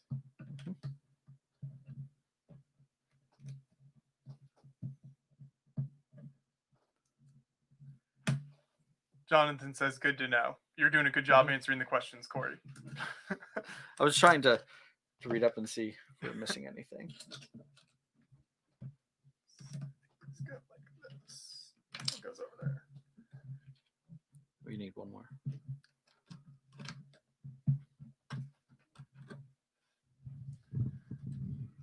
The Lego store in Connecticut had a dozen piano sets. I should have grabbed it. It's expensive. It seems worth it. Yeah, so I know online they're sold out or definitely back ordered at least. At this point, I would definitely say, personal opinion, definitely worth it.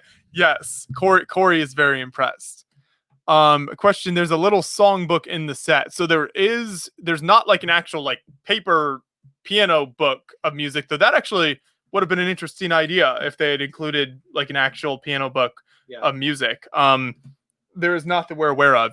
There is, however, a little printed tile with Donnie Chen, the fan designer, an original song that he wrote for the set, and it has the actual notes on there. So I saw in a one review I was reading online, Corey, someone took that tile to their piano and could play the actual song with the tile. Okay. So it's the real notes. Corey, so Donnie sent us the actual music for his song. Corey's going to attempt to play it if we can handle it. If I have time. Yes. On when we do our review. So maybe like the opening of the review or at some point in the review, we'll have Corey playing Donnie's song on his actual piano.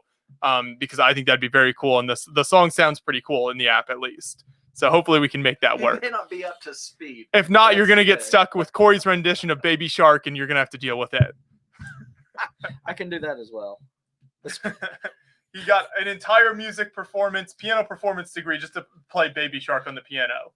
Yes. Well, no, one of my favorite stories is that I was paid $200 to play the piano for a 2-year-old's birthday party one time. 2-year-old? Yeah, 2-year-old. Yeah. And they wanted me to show up in my tuxedo because I had a tuxedo. They had a grand piano, all that stuff. I played for the kids for maybe only 5 or 10 minutes, and then the kids all went out to the pool.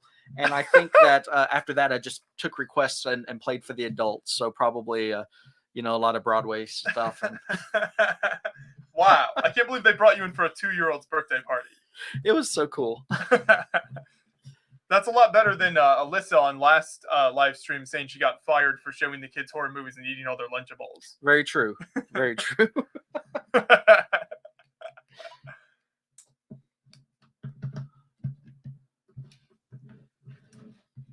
Coming along nicely now. We're about an hour and a half into the stream. Oh, Vision's here. Hey there, Vision. Good to have you in chat. Let's see. Turn it around. That's what this symbol means if you didn't see that earlier. So you know when to turn the build around. There's that over there.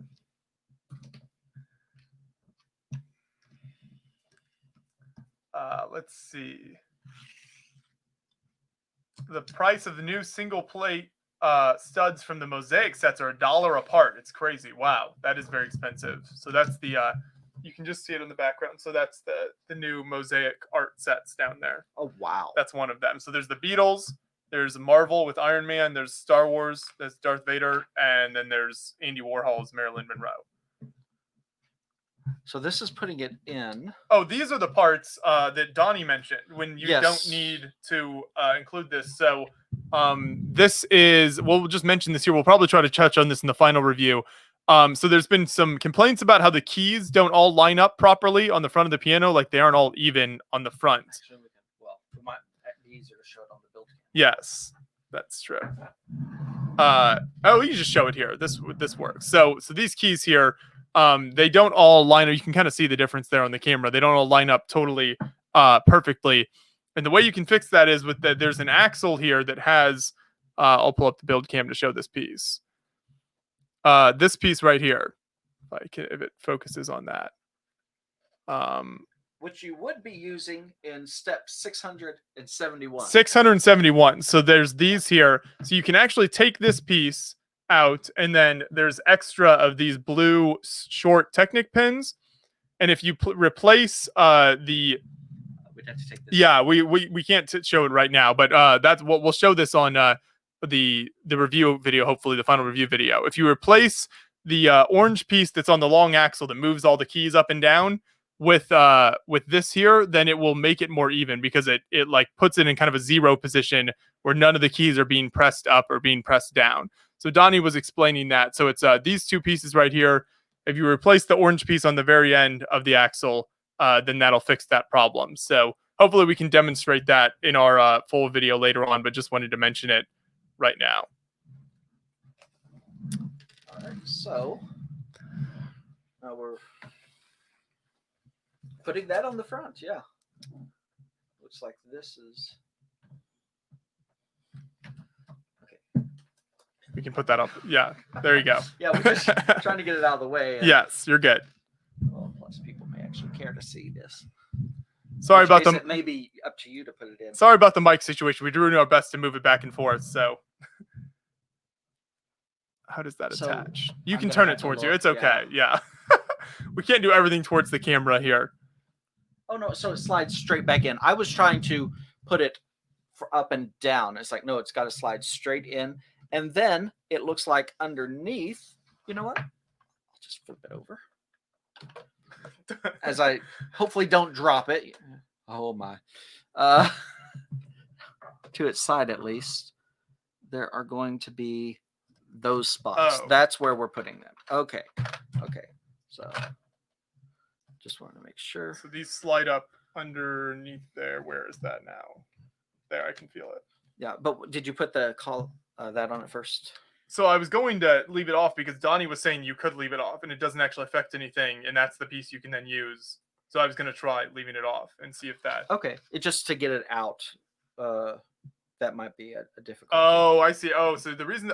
I see. So the reason that this is kind of a secondary piece that you can use elsewhere that Donnie was telling us is because it's basically just to help get this just locks the key section in place, and so this piece here will like help you pull it out later, but it's not totally necessary to it. But okay, we'll put it in then. That's fine.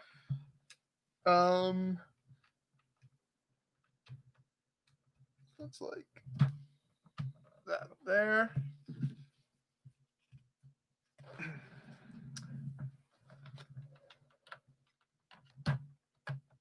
There we go. And so then you can just pull those out easily later on. I see. To take apart the piano, Yes. which is very similar to how an actual piano comes apart.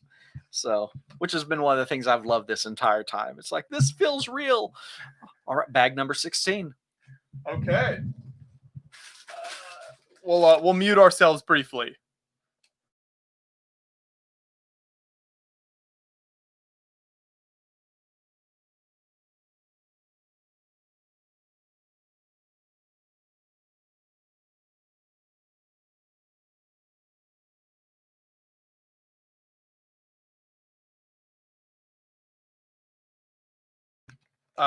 Stud Sidious says, "Don't tell Brian I'm eating panda."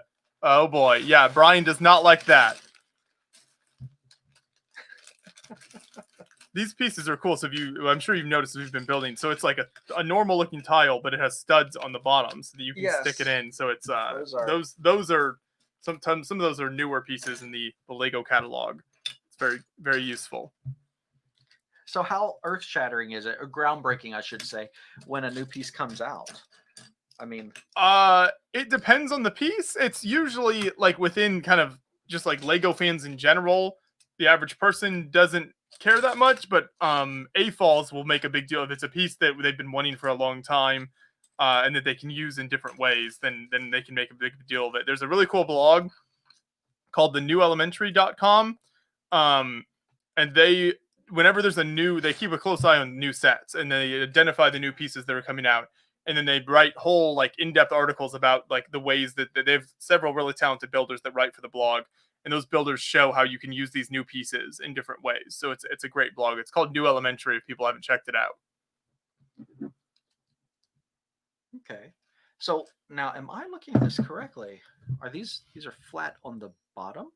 Yeah, so it's the same principle as this piece here. Okay. Just a different. Which is just different shape. And I had not seen that yet. Yes. can show that piece. Oh yes, here we go.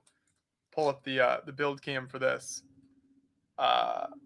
It's the Lego tile. There you go. Focus in on that. So that'll stick on the very front. That'll look very fancy.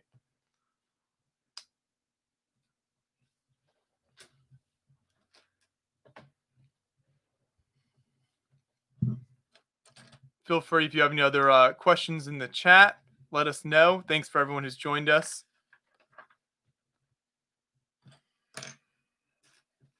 What am I looking for here? I guess another one of those. So there's a long one, and then I think you have short pieces. I can move the pieces out of your way if that's easier. I'm afraid of knocking them off. Yes, I'll move in my direction. There's barely any pieces in the build cam now. we're slowly shifting where we put the pieces as we build.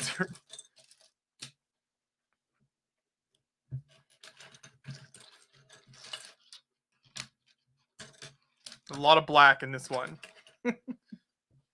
Like a real piano, it will show fingerprints very well. Yes. Before the review, we're gonna have to carefully wax the piano here.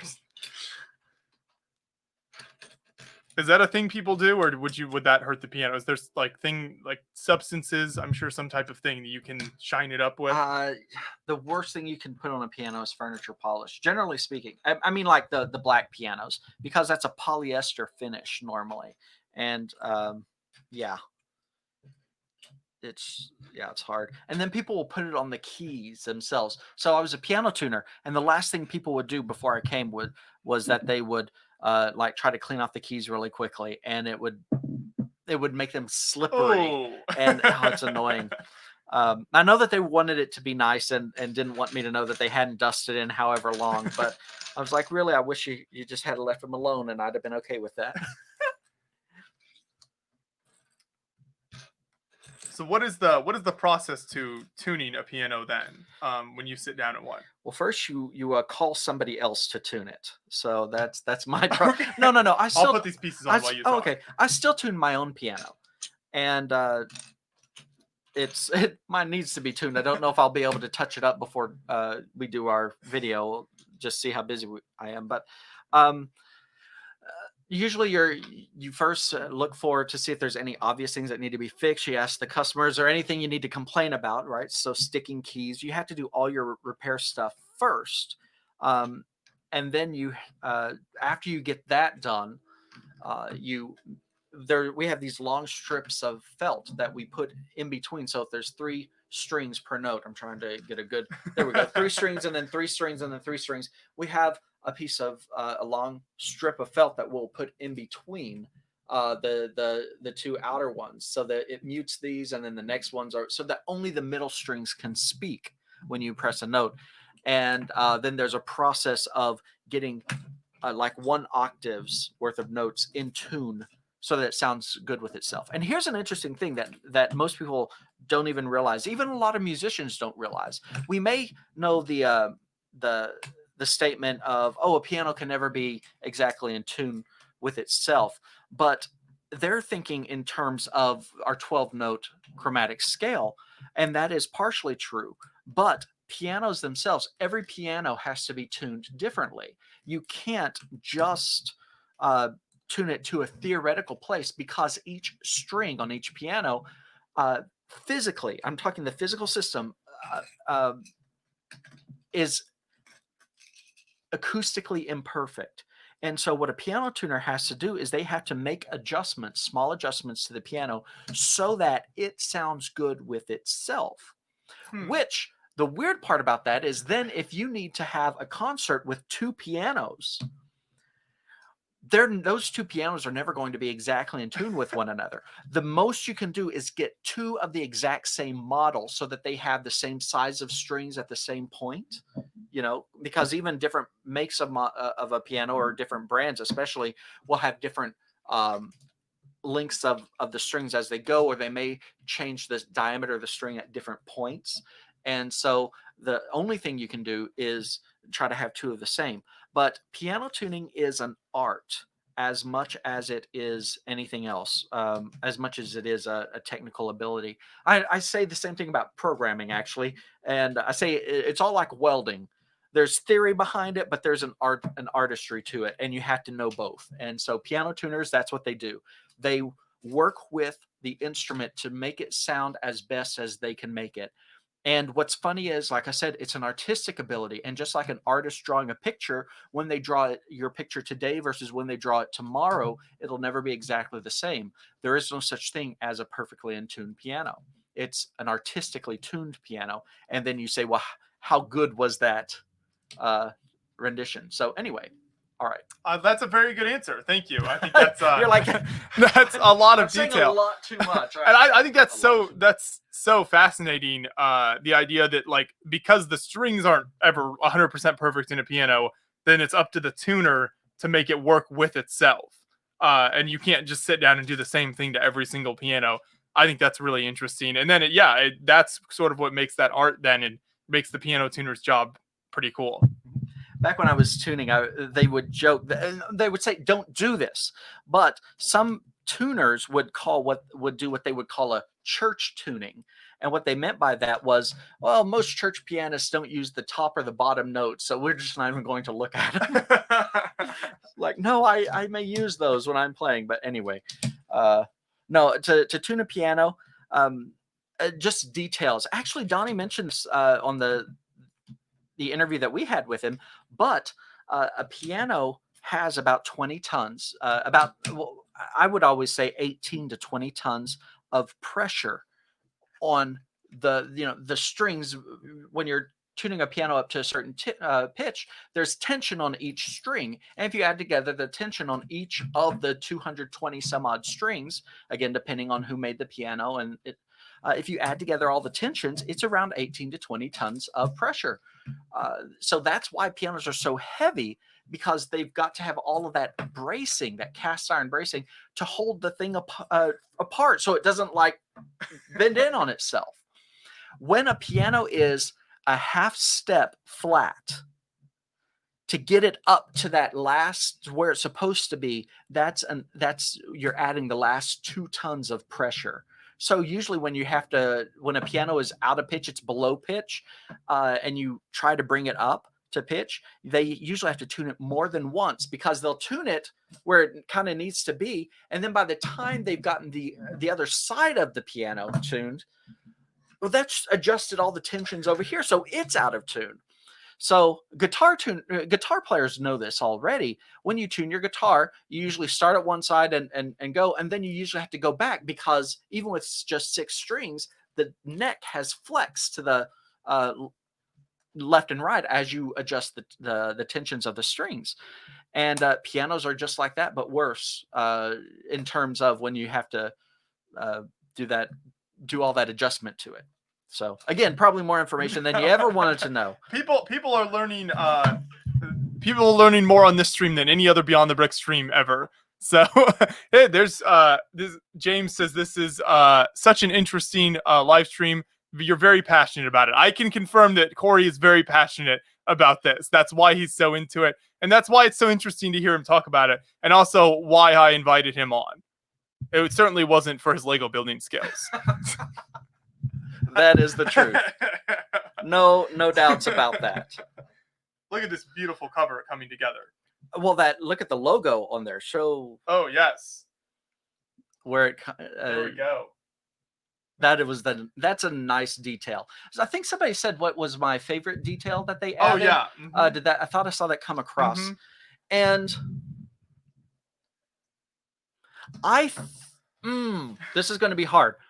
I would say number 1, probably the bench that we haven't gotten to yet, because the bench has an adjustable height, and that is an important part when you're playing again on a recital or something like that. Pianists get very picky about the height of the seat, because it affects our arms, fatigue and playing and things like that. We need to have it at a certain place, and so that's why the more expensive benches do have an adjustable height, and they included that. That would be one of the things. The other thing that I think is really cool is when you press the key, that it's not just a hammer inside, but that they also did the dampers that lift at the same time.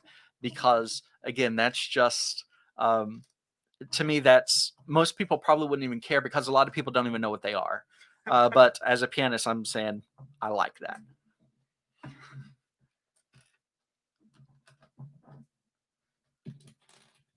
Any other good questions? Yeah, somebody said they got lost. I'm sorry. You got lost.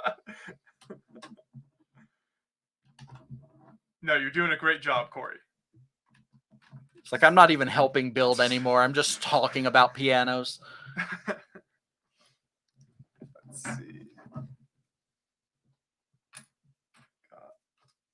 I can tell you this is called the fall board because it falls in position. Oh, that sounds like something I would name. I'm like, well, it falls down, so I guess that's what we'll call it.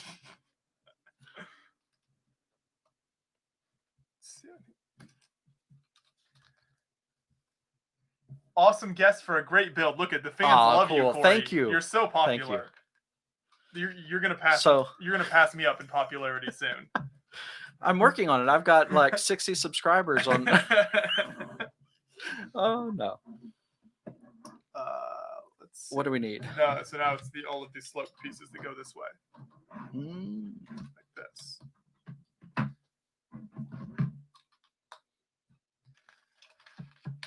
So it's 4, and then there's one smaller one in the middle. There we go. Now, how is the speed of the build going for you? I know that I'm slower, just because, I'm not as familiar with it. But from your perspective, how is it going? And again, these are more pieces that will mimic the red felt that you would see on an actual. Anyway, I would say this is normal speed for me. We're probably building a little faster since there's 2 of us. If I was by myself, I'd probably be building a little slower. You can put the tiles on top there. We can both do this. No, for me, so yeah, as we've discussed, I build pretty slowly, so this is a good speed, good build speed for myself. There you go. Goes on the very end here. There we go. And then so a whole bunch of these red cheese. So these are called cheese slopes, by the way, because Really? they look like a piece of cheese. Yes, Red exactly. cheese. Yeah. Red cheese. Some of this cheese at the store comes in red, right? The mozzarella things. Don't eat those. They're not good for you. Wow, so many life pro tips from Corey. Do you speak from experience? No. But I did. I speak from having a friend that did not know that, and.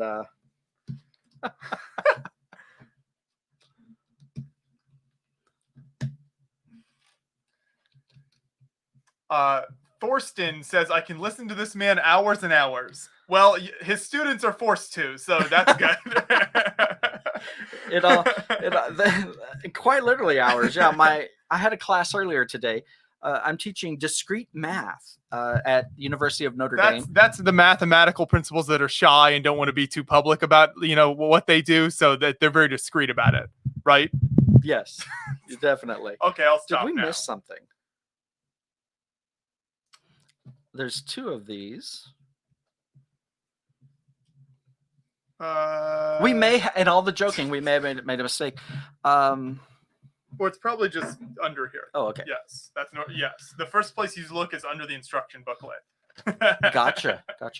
Yeah. So what was I saying? Yeah, I teach discrete math. So it's one of the first classes that, as computer scientists, we take to prepare us for all the theoretical aspects of. I should probably. No, I got you it. go ahead. You explain all the math. theoretical aspects of computer science, right? So we can talk about that in other classes. So it's one of those foundational classes.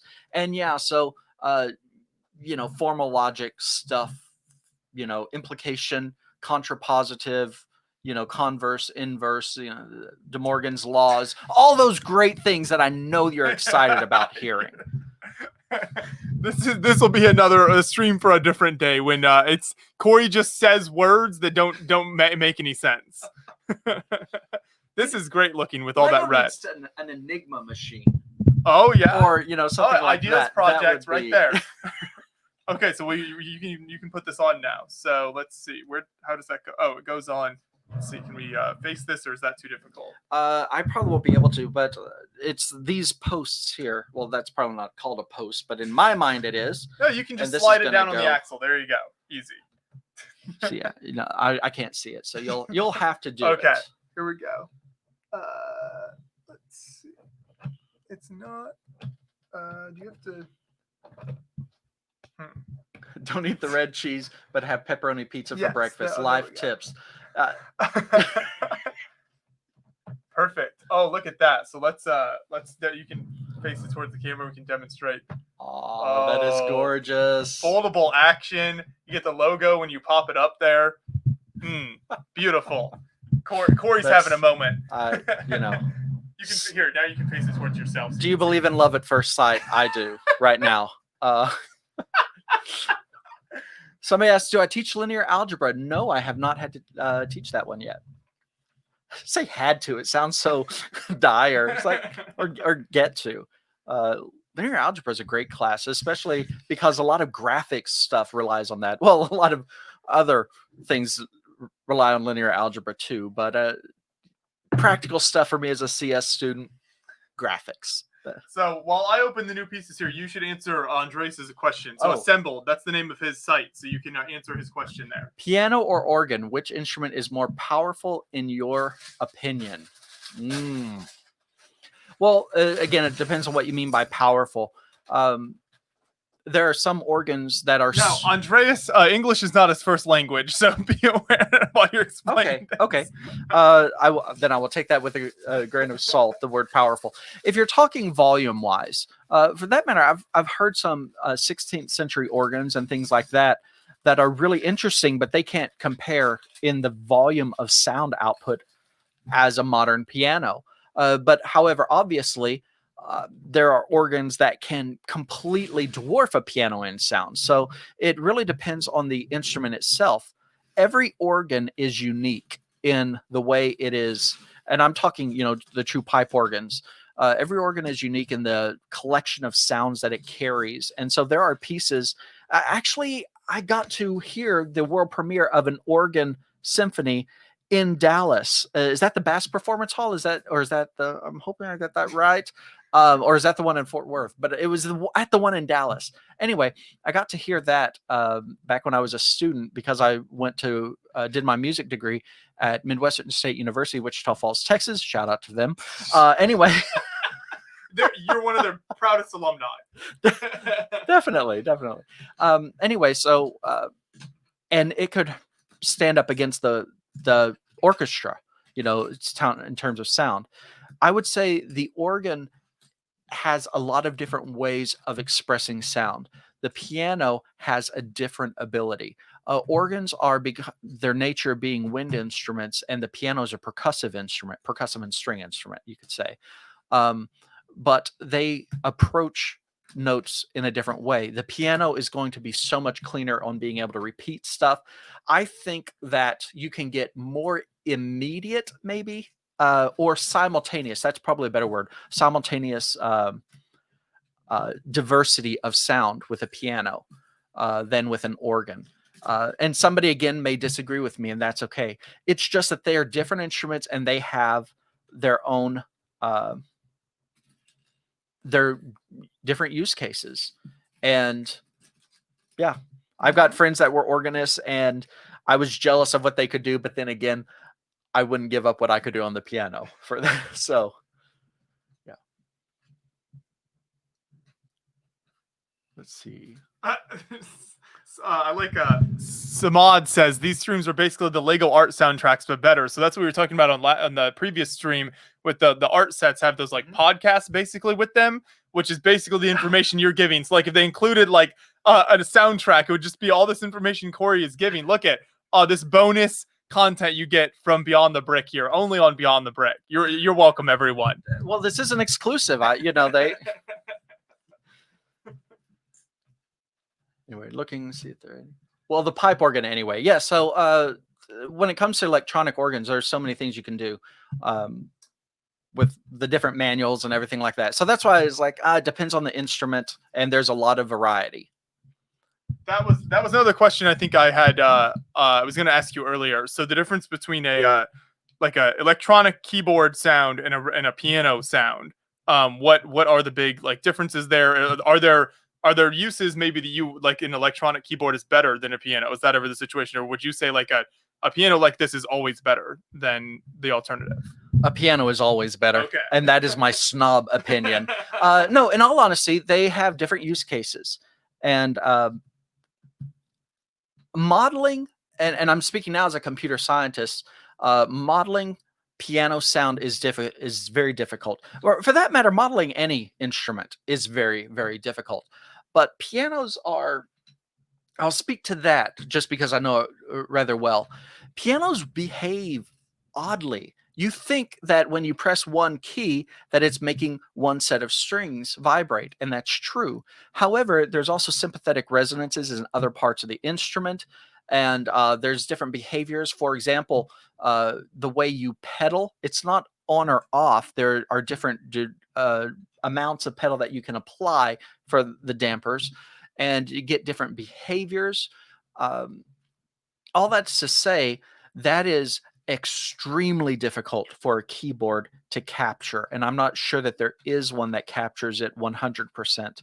I'll go out on a limb and say there's none that captures it exactly, but there's some really good ones, and I've had some, I've played some that were really nice. It's very difficult to duplicate the feel of a piano, of an actual piano keyboard on a keyboard. I have a Yamaha CP300 keyboard that I bought just because it was the closest that I could find to an actual piano feel, and not necessarily the sound, but the feel.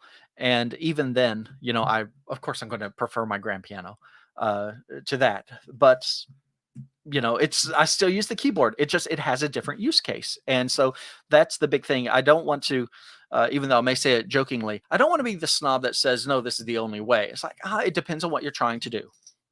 Mm-hmm. Very good answer. Very good. Let's see. Jonathan wonders, is the piano a percussion or string instrument? So is that is there a debate among musicians among that? It depends on who you ask, I guess, and what their proclivity is. The sound is produced by the vibration of strings, but the strings are induced to sound by a hammer hitting them. And that's different from, for example, the harpsichord. The harpsichord, there is a little quill called the plectrum, I believe, that will pluck the string. And that's one thing that gives a harpsichord its iconic sound. So the piano, having a hammer of compressed felt that hits the string, it is a percussive, it's generated percussively. So, but again, it's a string that's doing the speaking. So it's like, I guess you would call the organ a wind instrument because it's primarily wind that's doing it, even though the pipes may be metal or brass or something like that. So it's a keyboard instrument. That is what we'll normally say. It's a keyboard instrument. And we're ready for the next step. So I've built all of what do you call these again that go on there? Those are the dampers. So I've built all these dampers while you've been answering people's questions. Very good job. So we can put those on, and I believe they attach to the posts here. Yeah. So I think I'm calling them posts. You're calling them probably axles. Yeah. So those would be like the Lego piece would be called an axle. So you can stick those on there. I'm putting the white and black thingy on the gray thingy. See, this is why I brought you over, because that's what I would be saying the whole time. While you do that, I'll look ahead here and see if I can. No, that was referring to my knowledge of the Lego pieces.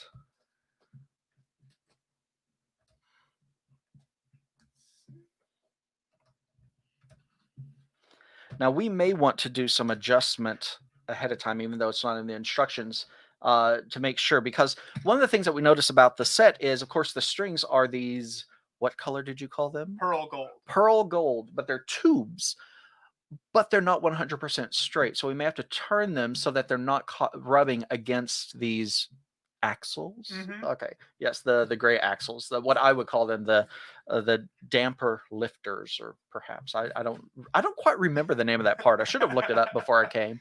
It's okay. You don't have to have all of the terms. Damper thingy. That's it.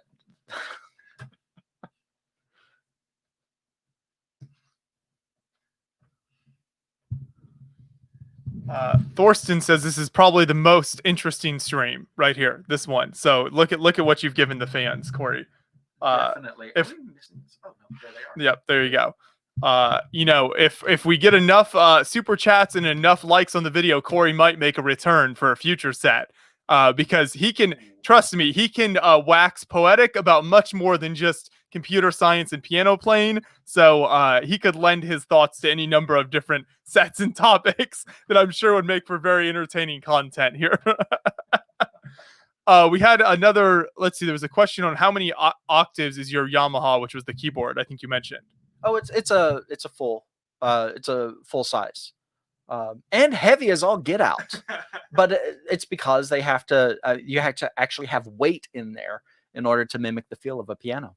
Oh, we got a new member, Kathleen. Thank you. So thank you for paying. I believe it's $5 a month. New members can join, and then they're a member of the YouTube channel. So that just kind of shows them as like a super fan when they do that. Thank you, Kathleen. You know, we're getting closer to Corey returning for future videos. Kathleen is my favorite person at this moment. So thank you. So this I just assembled. It sticks in. See the instructions. Or maybe you can't see No, it. I can't see the instructions. Oh, this is the stick. I actually can just Go stick it ahead. right here. There we go. I love it. The technical term is this. Yeah, the stick. Mm-hmm. There we go. That's what will hold up the lid. Just don't call it the hood. It's The hood. It's not a car. Subsidious, the pearl gold flex tubes in the set are cool. They are. They're very cool. All of the pearl gold in this set is really cool. Even the clips, the little, so these are called, here's a new term for you. These are macaroni tiles because they look like the little macaroni tiles are also very cool. I call them the sound holes because that's what they are on the soundboard. But yes, okay. I think there's only one that's sluggish in its behavior, so that one will have to. And it's a C sharp. That's My not favorite necessarily telling of anything. It's just. So where can we? Yep, that goes like that. I'm messing up over here because I don't have you to help me. I'm sorry. You're too busy tuning the piano.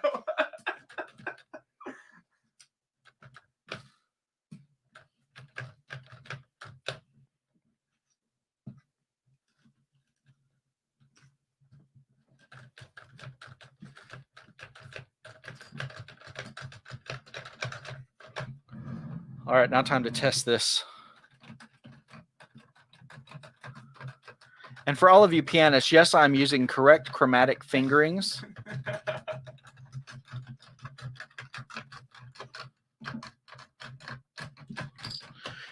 And I've got fat fingers, so that's saying something. Yes, it's working. And you could probably tell it on the thing. Yes, the dampers work. Okay, I'm happy at the moment. Milan says he just realized how many Lego pieces are named after food. Well, so you need like common everyday things to name these pieces after, because when you're building a set, or maybe you're working with another builder and Like you've got plates? a bunch of you've got a bunch of pieces laid out and you're like, I need that piece. Well, instead of just saying like that piece and pointing at it, you need like common terms that everyone would understand. That's why. So macaroni tiles works well. And plates. I'll let you. You can start building again, Okay. girl. So, Oh. yeah, though, can you see the instructions? It's coming along. I need to figure out a better table setup for two people. Well, we're fine until we got the giant build on it, and then it became a problem. And this is, I've got to tell you, this is getting heavy. Have you lifted it up? No, you haven't since we did the other. Oh wow, yeah, the front has gotten very, very heavy since we added all that in.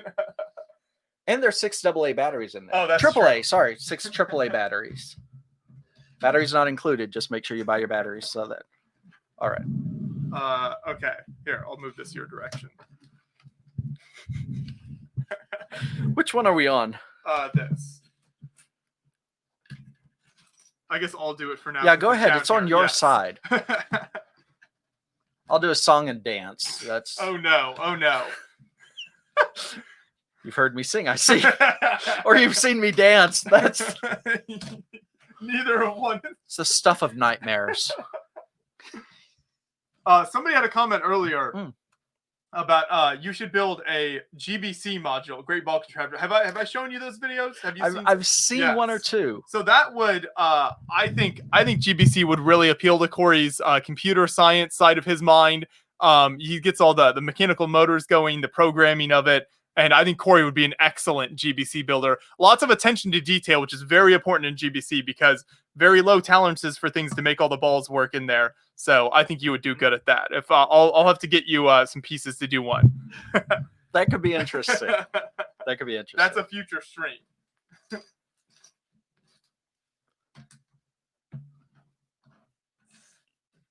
Don't drop it. Milan says we were careful. That would be a tragedy.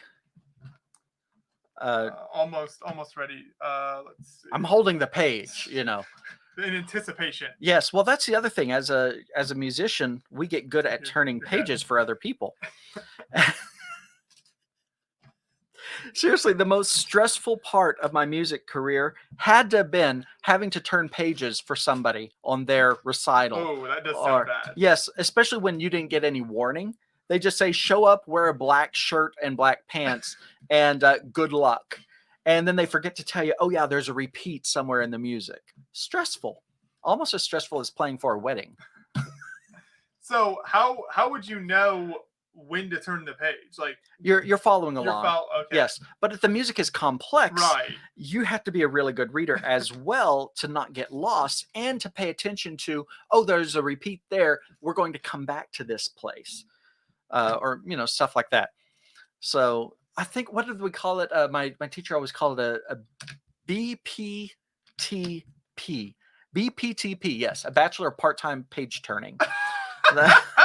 She would usually give us one of those. And are we? Second, did I miss? Is this too low? No, that's right. Nope, we're good. I think we're ready. Yep. All right. So, and you watch what they're playing, and you see the speed that they're going, the relative speed, and you prepare ahead of time. And when they're about to the end, because you know about how far ahead they're reading, you turn, or you watch them, depending on how well you know them. If you don't know them very well at all, you may just watch them and they'll nod, and that's when you turn as quickly as possible and hope you don't accidentally rip the music off of the music desk. Not that I've done that. It just goes flying. Oh, that would be entertaining. Once. It is. No, thankfully I never had that happen. What are some of the best piano, or this could just be broader, just musical mishaps and mess ups that you've seen in your career, whether it was you playing maybe or just watching people play? Is there anything that stands out? One time I was playing for a wedding, okay, and this is in Texas. Now I found out something interesting. For people living up here in Indiana, when I refer to a centipede, the centipedes around here are like this really small thing, right, and like kind of feathery legs or something. Not in Texas. In Texas, they are monsters. I mean, they're huge. Their legs are, they're going to attack you. Things like this. Okay, so I am at a wedding, and the bride and groom are exchanging their vows, and the wedding photographer, you see him sneak up behind the bride and then just start bang, bang, bang, bang, bang. I know that was loud. Anyway, but that's what he did.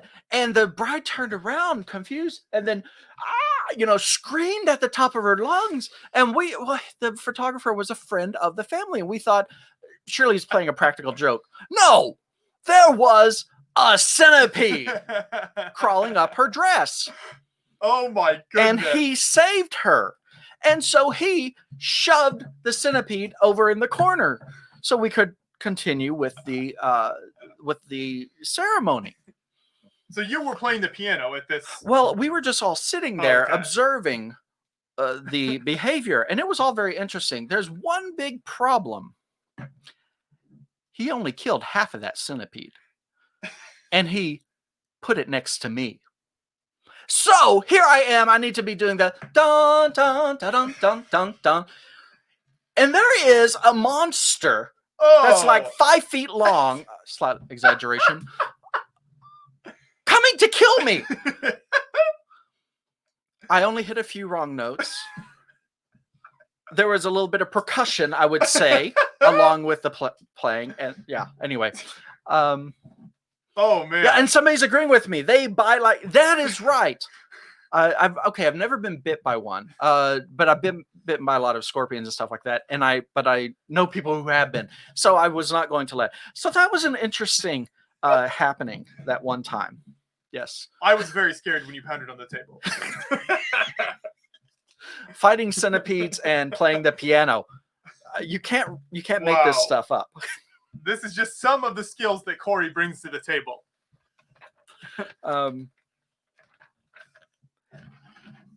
then if you look on YouTube, there's, people who have had all sorts of mishaps happen. There's, moving a grand piano and it falls off the stage, all that fun stuff. We need to screen share some of those videos.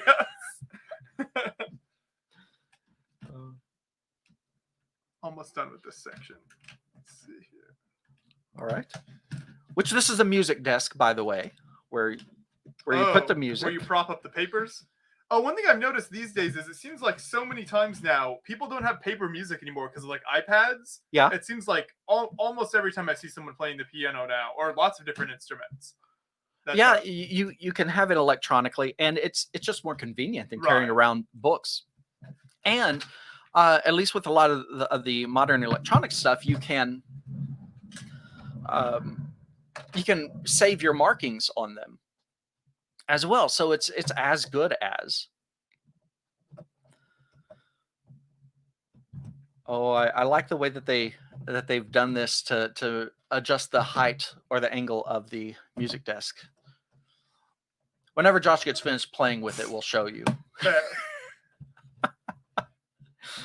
So this is for Corey. So the beauty of this is the pro and con when you're building a set of the Lego system is the studs, the bottom of the studs, and how exact that tolerance is, and that's the reason you get that exact what they call clutch power. That's what how Lego refers to it. So you get that exact clutch so that it's not too loose, but it's also not so tight that you can't take it apart. But the problem is then when you're putting something in like an exact area, you have to line that up exactly, which is why like I was struggling there to get the stud and tubes to connect properly because those tolerances are so exact. Yeah. Which I guess I had that earlier on the inside, right? When we couldn't get that one side. What I was going to show you is for this, a music desk, there some open up like this where it folds up towards you and some fold back. Either one is correct. I've seen both designs. But what's neat about this one is as you lift it up, there is a kind of a ratcheting mechanism.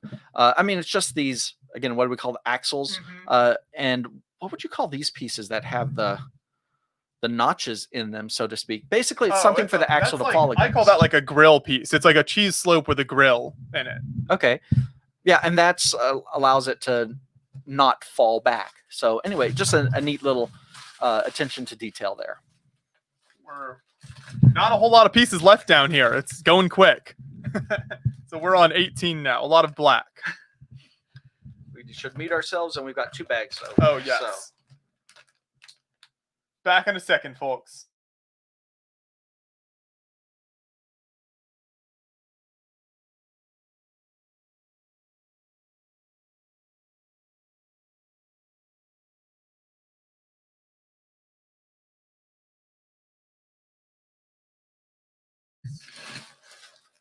It's the hood of the piano we're about to build.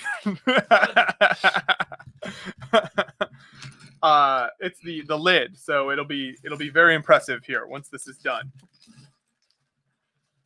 So I guess since you've done most of the building, I'll keep building for now, since that gives me a little chance. But you can help find the pieces. He's sick of me slowing him down. It's just since the build's so big, we don't have spots for Corey anymore. That's true. It is. This is huge. The book alone, the instruction book is huge. How many pages does it have?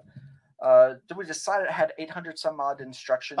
Steps. 840 steps. Steps. Yes. Yes. Got to use the right terminology, Otherwise I get kicked out and never be allowed to come Yes, back. The fans won't want you back. Let's see.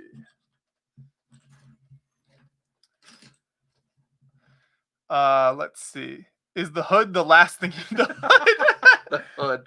It's not the No. bench. I think is the very last thing. Yeah, how many bags are there total? 21. 20. Well, okay. We're on 18. So, So the lid is more than step 18. So I think it's maybe 18 and 19 to do Okay. the lid. and that makes sense. The lid has a part that will fold back. I believe that is will be one of the steps, and then of course there is the what do we call that? The stool, the music bench. The That's bench. it. The bench, the adjustable height bench that I think is so cool looking. And I can separate, can't I? Yes. Knolling. Knolling. Is that named after someone? It sounds. I don't like know it where should that be. word originated from. Someone do a quick Google search, or Bing search. Bing gives you points. Bing. Do people actually use Bing? Yes. Okay. So used to we would laugh about Bing, but quite frankly, okay. Google has, in my opinion, Google has a better. Be aware of what you say about Google. We're on YouTube right now. No, it's I fine. understand. I'm giving you my We opinion. don't want to displease the Google overlords here. So Google has, in my opinion, a better index for old archived content in like hidden away in forums and everything. That is really handy if you are a programmer and that's the kind of information you need. You need something obscure or something like that. But when it comes to general searching, Bing and Google both have good performance. You can use a website like DuckDuckGo that kind of anonymizes your information from both Bing and Google, but it falls back on them. But one of the things that a lot of people don't know about is that Bing will give you points for using them, for using their site. And then you can trade in those points for things like I just actually traded in. Now, I had been using it for over a year without trading in my points. I got an Amazon gift cards worth over $100. Oh. And that's just from using Bing as my search engine. And it's just a program you sign up for. I am not affiliated with Bing or Microsoft. But if Microsoft wants to sponsor, if they feel free want reach to, out. that would be cool. But I mean, Google gives free services too, so it's all. I mean, yeah. I just think it's interesting that very few people know about the Microsoft Rewards program. In which case, like I said, they give you points that you can use for gift cards of different types and things like that. So. And like I said, used to, I think Bing was not as good as a search engine. Now it's pretty good. So anyway, someone said that Nolene is named after someone. They think it was named after some kind of king. Oh, his name was probably Noling. That's what the chat says. Oh, okay. There's Ben has a comment about what does he say there? Oh, Ben says he uses Bing every time he searches for something not many people search for. Google always changes my keywords in such cases to make them better. And that's a difficult part of, we would call that in the computer science field, natural language processing. When you type in something, what do you really mean? What are you really searching for? If you just type in pizza, are you trying to find out the history of pizza, or are you trying to find one close by that you can order? And so it's a difficult thing to get right. And I am not going to castigate them too much when they get it wrong, because quite frankly, all the search engines are really amazingly sophisticated, much more so than they used to be. You've got Corey in full professor mode now, explaining computer science.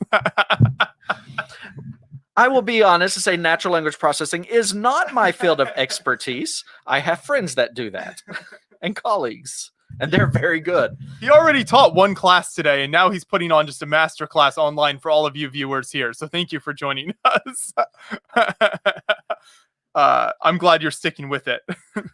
So I should ask you, this is not a Lego question, but because you're talking about computer science and that's what you know about, for all our viewers out there, like, what are computer-related mistakes that maybe due to your field you're aware of that people should be aware of, or things like people should do with their computer that would make it run better? Anything like that? Are there any tips you have for the viewers out there? Number one, turn it off and on again. You would be surprised at how many fixes that makes. No, I mean, yeah, I'm just trying to No, put together. You. Very good, very good. I don't know. I think the biggest mistake is actually leaving your computer on all the time. Yeah, I do that too. John gets upset at me. I don't turn my computer off enough. That's probably a problem. I need to do it more often. It's, you know, yeah. Now I'm arguing with myself mentally before I get the words out. I was going to say computers are better now than they used to be at being able to recover from these long-term long stints of running, but also there is, in my opinion, the energy savings or lack thereof that factors into this. So it's what do you need? 1x2 right here. Got it. I think there's some there. Anyway, so that is one thing. Another thing is I think more people should use. You're going to kill me when I say it. I was going to say. I know what you're going to say. Ad blockers. Oh, okay. Corey will no longer be appearing on Beyond the Brick or any other YouTube channel for that matter. Don't use an ad blocker. What I always tell people. Now, okay, don't use an ad blocker in relation to YouTube because YouTube has YouTube. I think they call it premium now. They've changed the name over the years, so I get it mixed up. You can pay. It's like $10 a month. You don't get any ads. You can also get access to YouTube Music, which allows you to download stuff. You can download YouTube videos then, which is actually super useful. I do that on my phone all the time when I'm traveling. So $10 a month, that money is then distributed between all the creators you watch. So not only do you get no ads, you get access to Google Music, you then are directly supporting all of the creators that you watch on YouTube by doing that. And Google's a little vague on how exactly it works, but I've heard before that they actually, the creators you watch get more money if you're watching with YouTube Premium than if you just watched an ad. So we would get more money from that. So really, that's what, with relation to YouTube, instead of an ad blocker, just pay that simple $10 a month and you're supporting the people you watch and getting more out of it anyway. But for other places, I agree, especially websites that have like crazy ads all over the place and stuff. Well, okay, so that's, I wasn't referring to it in terms of keeping people from getting revenue. If anything, no, I agree with that. I agree with you there. And when I was thinking about saying it, I was more thinking about just when you're out and about online, because there are so many companies that track you in ways that you don't even realize. And privacy is a big issue for me in terms of, I'm a very passionate advocate for people taking control of their own privacy on these websites and everything like that. So ad blockers are one of those ways, because even if you don't see an ad, a lot of companies will use a tracking software, and that's sending your information to the fact that you browsed one website or another, and it's sending it to a third party. But a lot of these websites will use the same tracking company. So now you've got a company out there that you really know nothing about that is tracking your behaviors online. And again, it may just be for financial reasons or something like that. But my default mode is I'm not going to trust you because I don't know what you're going to do with the information or who you're going to sell it to. Not that, and a lot of people say, well, if you don't have anything to hide, it's not about that. It's that I believe that yours and my default mode should be privacy conscious unless you have a reason to not do it. So, and that's just in your life in general. So a lot of people think, oh, well, if I just give them my birthday, they'll, send me a coupon every, whatever. Some restaurants do that. And it's like, okay, you can do that, but be aware that the trade-off is that you have to sacrifice privacy. And again, it may not matter. I've got friends that say, I know this is happening and I'm okay with it. That's fine, as long as you know that it's happening and you are making a conscious choice in that behavior. So that's my argument. So, okay. Any other good comments there? Feel free to read them off. Respond. You're doing great. I'm just building the lid over here. It looks great. So yes, again, on the differences between a grand piano and a regular piano. I answered that earlier. Or are you looking or- at Anne Marie's comment, or is that about the piano set and the grand piano? It's hard to tell from the comment. They might be asking. Okay, so So you could give some initial thoughts if there's anything. We'll cover that more in our in-depth review. But if there's anything that comes. just between this and Yes. what you would see on an actual piano. Yes. Well, obviously the number of keys.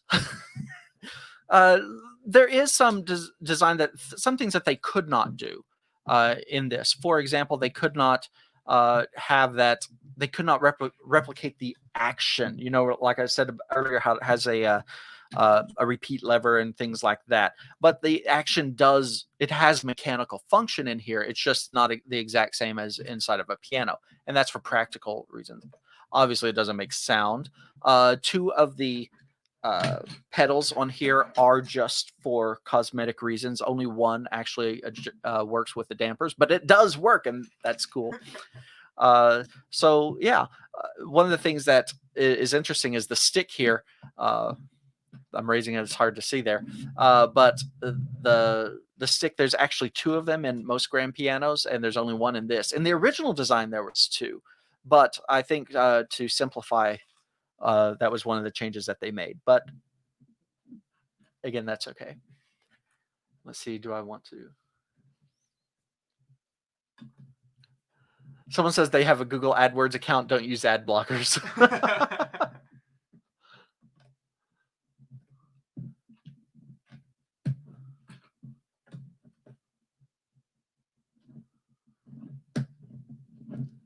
Somebody says, where do they get as many Legos as you? You buy more sets. That's all I can say. Just a lot of years of collecting here. Big sets like the piano, and you'll get a lot of pieces very quickly. I do have a question. What was the first set that you got that you would consider big and substantial, and beyond what it was the first time that you'd say this is a stretch for me?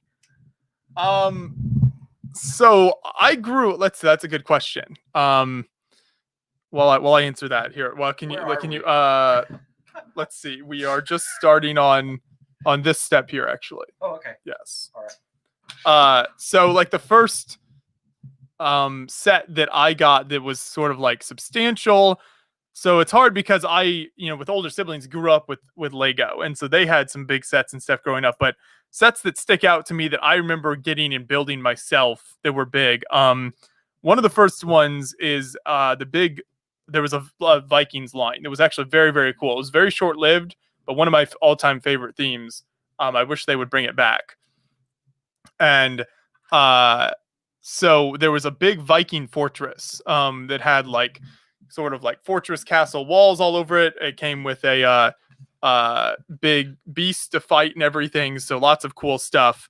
So that is one of the first kind of big sets that I would say I can remember kind of doing on my own. That was a challenge. The medieval market village is another set that's like it's like a bunch of like several medieval buildings. That was a large set. I remember actually got that from the Lego store in Chicago. I remember picking that set up. That was super cool and a challenging set. So those are some that stick out. But yeah, no, I mean, for the most part, I wasn't doing like super difficult builds growing up. Is everything okay here? Oh, I just put one piece in wrong. I'm good now. There you go. No, we're good. Do you still have the set, the Viking one? I do.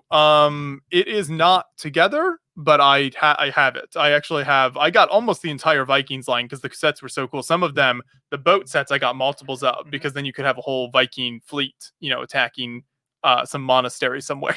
Sounds like fun. So yes, those sets were very, very cool. And it's perfect because it's, Lego is a Danish company. So Vikings, you would think it's perfect. I don't know why they don't do more with it. I can't believe it was so short-lived. How long ago was that? I mean, you're saying short-lived. Like as in they own. So Lego releases like sets in waves. And if the first wave, usually a wave of sets for a new theme is maybe 6 or 7 over a price range. They've got the really cheap ones. They've got the more expensive ones. 6 or 7, maybe 8 sets or something. And if that wave is successful, then they keep making more sets. And so by short-lived, I mean, they only did like one wave of it and that was it. And then they didn't release any more sets. Okay. And it was like 2008, 2006, 2008, somewhere in there. I want to say someone in chat will know for sure when the Vikings sets were coming out, but I want to say it was right around that time period. But yeah, it was very cool. Golden Light Pictures, what was the most challenging set you've built? This one. Oh, So the for me. the Corey's really struggling over here. The Taj Mahal, which is behind me here, it's on a shelf, you can't really see it, was a major challenge, definitely one of the toughest. The UCS Millennium Falcon, the big $800 Millennium Falcon set, is certainly a difficult build. The inside is very, very Technic heavy, so that Technic stuff for me always gets difficult to the point where it's not even really enjoyable at certain points because it's so difficult that it's not even really a fun build anymore because you have to be so careful with the pieces and everything and be so exact with it. So like UCS Millennium Falcon and Taj Mahal are two that stand out as difficult builds. Yeah, it was 2006 when the Viking sets came out. Thank you, chat. Appreciate it. Oh, and we're on to 19, so I'll get those out while you show this off. So this is the hood. Part of the lid. I'm assuming due to the shape that it is half of it. So it's that half, and we still have, if we can get it going. There we go. We have the sloped side. So anyway, and obviously, yes, this is the part that folds down over it. But again, you'll see that more later. It will make more sense at that time. We're making very good progress, Corey. Great. That's always good. Our goal is to finish by I think hopefully 5 o'clock. We'll see. I don't want him to come away saying, well, we could have done it, but Corey was there. Nope, not at all. Here, okay, so you we can separate. That's fine. Yes. Or you can start We'll and I'll them over there. separate. Okay. Here we go. This is getting very large.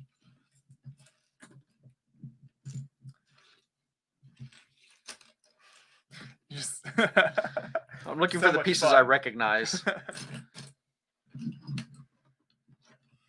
Technic just makes my fingers hurt from all those pins. That's exactly right. That has been something I've learned quickly on this. I didn't know that was a thing. Your fingers hurting. This ain't your granny's Lego builds here, Corey.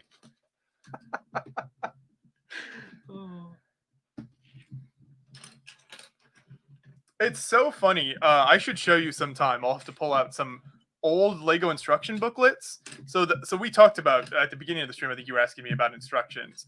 They've changed so much over the years. So it used to be it was not laid out nearly this good. And they would have so many pieces that you would do on one page. So you'll flip some of these old instruction booklets, you'll flip the page and there's just so much on that one step. You get completely overwhelmed that it's not, now we've got little boxes and it shows arrows where to put everything. Yeah, some of None these of that. Some of these have been just, there's one step Right. there. It's none of those helpful arrows and all that stuff. It's just pieces everywhere. They just kind of outline the new pieces on there. And it's way, way tougher than it is today.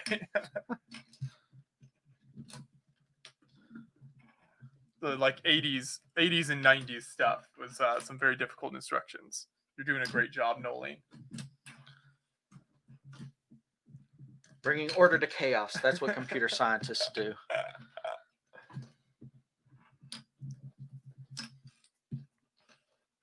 Either that or making stuff up. I mean, it could go either way. You're good at both. Is that? No. Turn the page. That's the problem. Now you're starting to sound like me.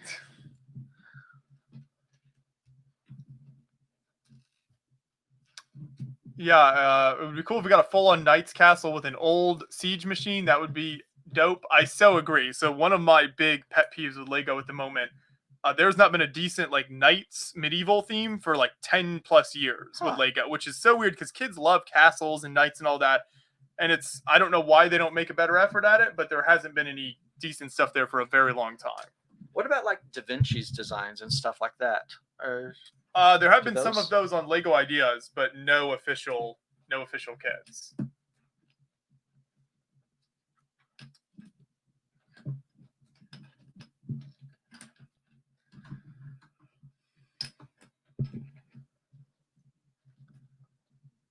How many bags are there, and which are you on now? So we just started 19, and there's 21. So just a couple more after this. Corey's doing a great job. I pay him to say that.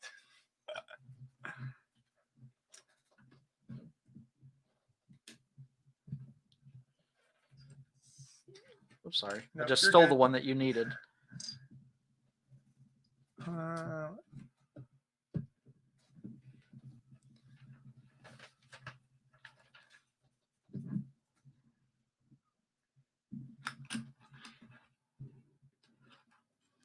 So did you ever? I don't know. Last stream I asked you, and I don't know if you ever came up with a very good answer for the movies that you want to see Oh. sets made from. Yeah, I offered V for Vendetta, and you said that wasn't family friendly enough. Right. So you have to Lego core values have to be taken into account. Yes. Okay. I don't know if I thought about it much more after that. So, yeah. I think I said the Goonies, right? Oh the- yes, no, that's a good answer. Well, that would be a pirate ship, Oh yeah. basically. Another one. So they probably wouldn't do that.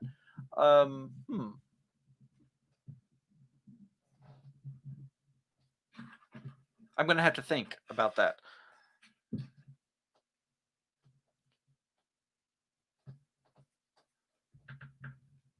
Let's see.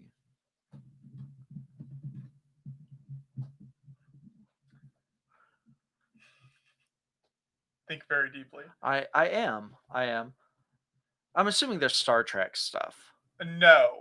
So No? someone in chat, you can help me out with this. I believe there's another company that has the Star Trek. What's the word I'm looking for? Intellectual property. Yes, like rights to make stuff. I think. I forget what company it was. I want to say there's another company that has it, and that's why there hasn't been anything so far. Really? I'm just surprised that I would have mentioned that earlier then. Because that seems, I mean, just like there's Star Wars, I mean, it seems to me like it would be a great fit.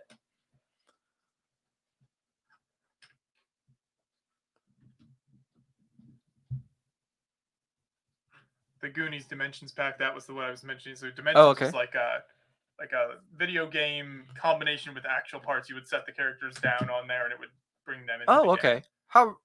How long ago was that? I mean, because I thought that that the Mario one was the first kind of foray into that. I guess I'm wrong. So as the Lego designer explained, so like Dimensions was bringing physical stuff into a video game. You would set it was like it was based off of, I think it's called Disney XD. Did you ever hear of that or see that? It's like so you got this little thing, little box, and you set a character on there, and then that character goes into the game. And so so it's like bringing physical things into a video game.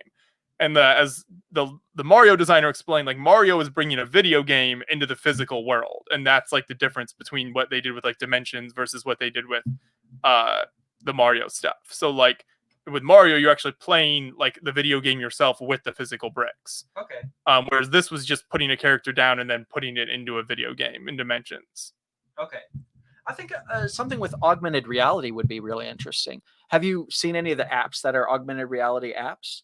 No. So there are, and I can't remember the names of them. There were apps that you could download on your phone, and you would put something down, like maybe a $20 bill. Maybe not a 20, maybe a 10, maybe a 5. I don't remember. Anyway, and with the app, it would look at it with the camera. It would detect that pattern of whatever it's seeing, and it would superimpose something on top of it. So that's the idea of augmented reality. There's a lot of interesting applications for that. It also drains your battery life because it's a lot of processing power, but that's beside the point.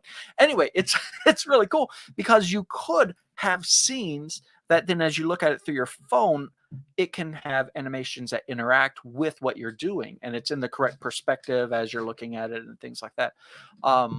So that would be, is there anything like that right now then that you've heard of? So there is the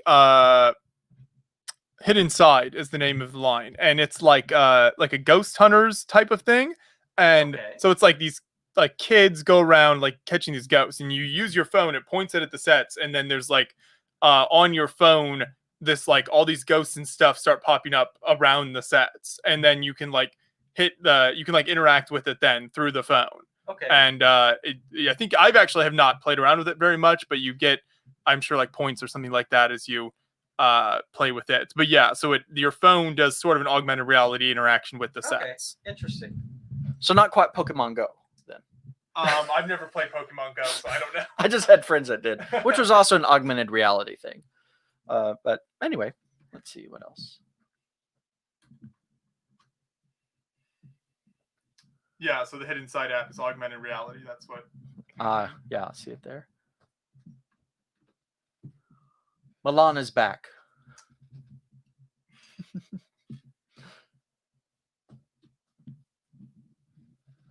So, and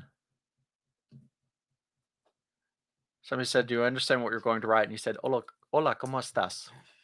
We're good. I'm from Texas. I know that much Spanish. So I haven't been paying attention. Is there anything I can do to help, or I'm just? We're pretty good. What am I? Oh, I used the wrong link then. You're fired. Time to get the brick separator out. Oh, we haven't had to use that today, so. Trust me, with me, it's always needed. Okay, I've seen these links. This is it. What I'm not telling him is I did have to separate bricks earlier today. I just used my fingernail and hope nobody noticed. Like, while I'm talking, just maybe nobody will notice what I'm my mistakes there. What do you think about the NES? I Question. have not used it myself, but based on Brian's review and based on what everyone's been doing with it, I think it looks really, really cool. I love how it interacts with the Mario figure, so that's super cool. I think there's a lot of like cool potential there to do other video game systems, and then also just switch out the Mario game on the NES and do other games as well. Here we go. Almost done with the lid. Can't get distracted. you gotta like sprint to the finish here.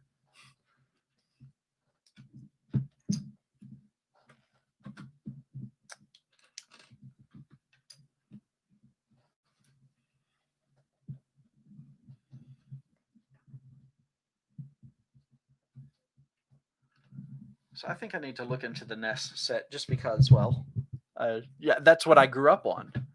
Because you're old? I'm old. That is it. I consider it to be well aged. I hope, at least. No, so I remember. What's weird is the price point of video games seems to have remained constant despite the value of the dollar. In other words, what was $60 back then would be a lot more money now. Okay. But I remember like for one Christmas I wanted it was Donkey Kong and Donkey Kong Jr. 2 games in one cartridge, and I think it was like 60 or 70, maybe 80. I don't know. Somebody, if you can find out what's historical pricing for games. And that was, I remember it was just like so expensive back then. And now it's nothing to spend that much. Or you get a game like, okay, so sue me for mentioning it. You get a game like Fortnite that's actually free to play, unless you want to buy a battle pass or something like that, which is amazing in my opinion as well. But a lot of games are still around that $60 price point. So, and that's why I've read some interesting articles over the last year or two about the video game industry struggling so much because of those free-to-play games like Fortnite coming in, and all of a sudden, well, no one's spending $60 on a game anymore if you're just playing for free in Fortnite.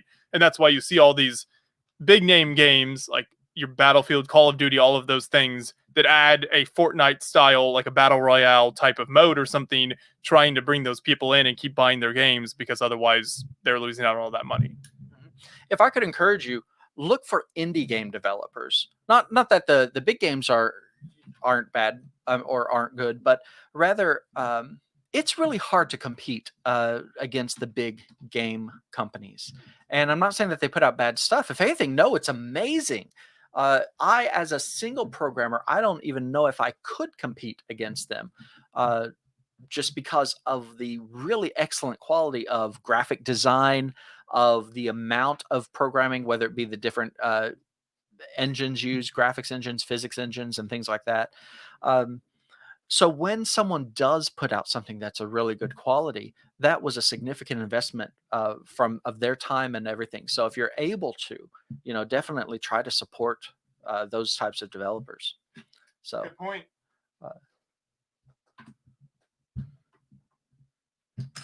Anyone want that piano? I do. No.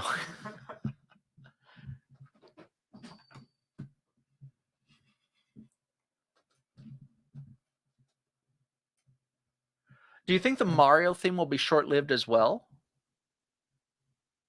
The current wave is so big that I'm not sure if that might have been it. That's what Ben is asking. Let's see. We were about done here. So before I answer that, I think basically just this step and this step. I don't think Mario will. I think certainly the Nintendo partnership is going on for many, many years for sure. You're going to see Nintendo related stuff. Brian has discussed this a lot on streams, and has done a good job kind of explaining his thoughts on it.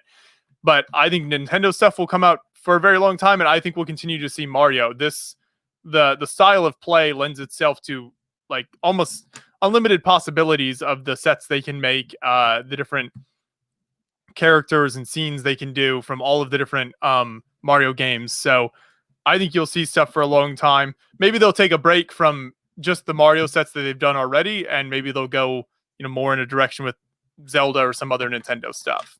What do you have there, Corey? The hood. Look at that shiny black pieces. Yes. With our there's our there it is. I was trying to get it in the lights just so that it shows up really, really brightly. Yeah, it's nice. It has the fold back feature, which most every grand piano I've ever seen does. And what are these called? Pens. Technic pens. Sure. Okay. There's a lot of those, and I'm assuming it's because on every grand piano I've also seen there is usually a board that goes across. I just broke it. Oh, broken your first build. Good job. Yes, I'm good at that. Now, there's also pins on the inside. It's bracing because it's a huge plane, right? Geometry word here. It's a huge plane, and there can be flexing. So that's usually bracing that'll go across. And I'm guessing that is in our next step. We are on bag 20 of 21. Oh. So yes, that means 21 is probably the bench. Yes. So. I'm just chucking all the stuff to the side. That's fine. That's fine. I will put this up because we'll probably need it in, Look at in that. a moment. It looks amazing. Alyssa was wondering earlier if you consider yourself an AFOL now after this build. Potentially. The jury's still out? Well, no, I enjoy it. It's I had to figure out how much time I have because, well, again, music is a hobby, and my real life is that I have to, I shouldn't say have to because it sounds so bad. No, I love teaching. And so I teach students. And so I'm constantly working on new things there, whether it be programming, something like that. We have a makerspace at Notre Dame that I'm working on right now. Not doing very much with it right now just because of the situation. I'm careful of my wording here, you understand. So I have to see where it can fit in, but I'm hoping that I can because this is something that seems very enjoyable. I will do my best to get you building more. If only I knew somebody who liked Lego and could, introduce me gently. Not gently, but I can introduce you. Now, Joshua just throws me into the deep end. And that's what I do with the big sets. All right. So what if someone out there is maybe interested in studying computer science, what does Notre Dame have to offer that you would want them to come be one of your students? Well, first of all, it's Notre Dame. Enough said. It's a very no. In all seriousness, Notre Dame is a very good school, and there are other good schools as well. So I don't want to say some of the things I will say. I'm not implying that you can't get them elsewhere, but I am acknowledging that they do exist in a very good quality at Notre Dame. One of those things is we are a really good. Can I say it like that? We're just really good. We're a really good research institution. And what that means is that when you take classes from a professor, that professor is usually doing active research in that field. So computer science moves quickly. There's a lot of advancement, generally speaking, quite quickly. And so sorry, I was pausing to look at what's happening. And so the professors who are teaching your classes are also actively doing research in the field. You're usually getting the latest information, which is really awesome. And again, I'm not saying other schools don't have that, but I'm saying Notre Dame does have that as well. Notre Dame cares about teaching. That is, I specifically am a teaching professor. They hired me because that's what I cared about. And I mean, yeah, if you want to know, my PhD was in graph theory, synchronous hyperedge replacement graph grammars. That was the topic. And if anyone has any questions about that, I've got a slide deck somewhere. Oh no! Oh no! I apologize in advance. I thought they hired you because of the number of hours you had in Breath of the Wild. Well, that was my second greatest accomplishment. So no, I'm just saying. Like I said, there are other schools. There are other good schools, but Notre Dame is one of them. It's a great school for that. And then there's other things just about being Notre Dame. For some people, they like that culture specifically. Maybe it's religious affiliation resonates with them. Maybe you just like the movie Rudy. Okay. Notre Dame has a lot of fans for a lot of reasons. And so there are those reasons as well. But academically speaking, you'd be in good shape going to Notre Dame. So that's your pitch. That's my pitch. Yes, the faculty made him say that. So since he was coming on the stream, once they heard how many subscribers we have, definitely. No, we'll say this. I got my PhD at Notre Dame as well. And then I got hired by them. And one of the reasons, I was telling you about this the other day, actually, not on stream, but just afterwards. But one of the reasons that I wanted to stay there was because I had experience with the faculty. I knew them personally. I'd seen them, how they interact with one another and how they treated one another, how they treated students. And I was like, this is a place I want to work, and where I felt that I could do good in the thing I'm passionate about, which is teaching. So anyway. So there's an interesting question from Ben. He says, isn't that necessarily the case at universities? I think, is he referring maybe to the difference between like teaching professors and research professors? Possibly. And I know that does depend a lot on different countries and the way that the universities approach what they expect their professors to do. Well, okay. So I would ask for clarification when you're saying isn't necessarily the case at universities. Which part are you referring to? So I guess it scrolled back, I don't know when it scrolled by when I was talking. While he's waiting, there's Go Clemson. Go Clemson, that works. One of the schools that you bought. Yeah, I've got friends at Clemson, so hey, that's fine. That's fine. Wear a mask. I do wear a mask while teaching. Well, right now we're 100% online, so I didn't wear a mask today because I was going through the internet, and everybody had an antivirus, so. No, never mind. Oh, no. That was a bad joke. I know it was. Don't let that fall. I don't feel bad about it, though.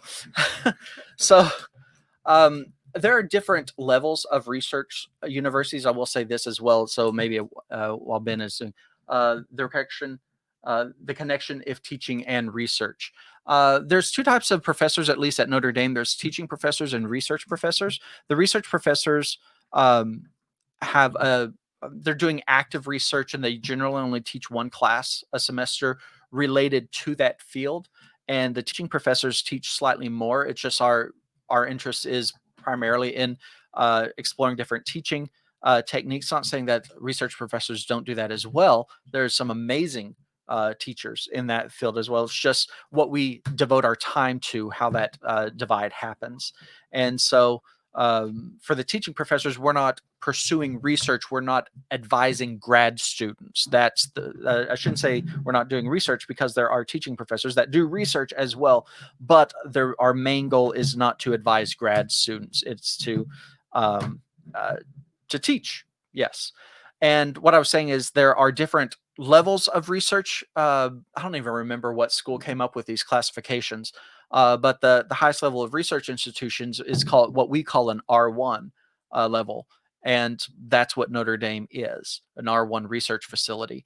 And so it's just saying that, yeah, Notre Dame's big. And did you say bioinformatics? We do a lot, computer vision. I mean, iris recognition, things like that. Corey, No. okay. I'm saying that you'd probably be familiar with some of the work that we've done. There you go. A lot of data sets that we put together. Again, not to exclude other schools. There's a lot of amazing schools out there. Just Notre Dame's a good one as well. So, and with that, we're ready to put the hood on. So I think it connects with these going down into there. Either way, this is definitely the bottom. There we go. Unless we want to do it like this, and you have to pay very close attention here. Put on Yes. my golf announcer voice. Now we see Corey carefully lining up the pins as he puts the I hood broke on the a corner, piano. but I fixed it. I don't know if you noticed. You that. ruined the mood I was setting. I'm sorry. I'm waiting for the golf clap. Nope, I can't do it from this angle. Sorry, people. Here, Gonna I'll have do to it. turn it. Okay. There we go. See, that's what it took. It took skills. You want anything done right around here, you got to do it yourself. That probably goes somewhere. Right there. Okay. Oh, okay. Well, I think it could probably go in any of the holes, right? Maybe, or any of the. Yeah, normally you want it to be a 90-degree angle, so I've got to fix it for Joshua. There we go.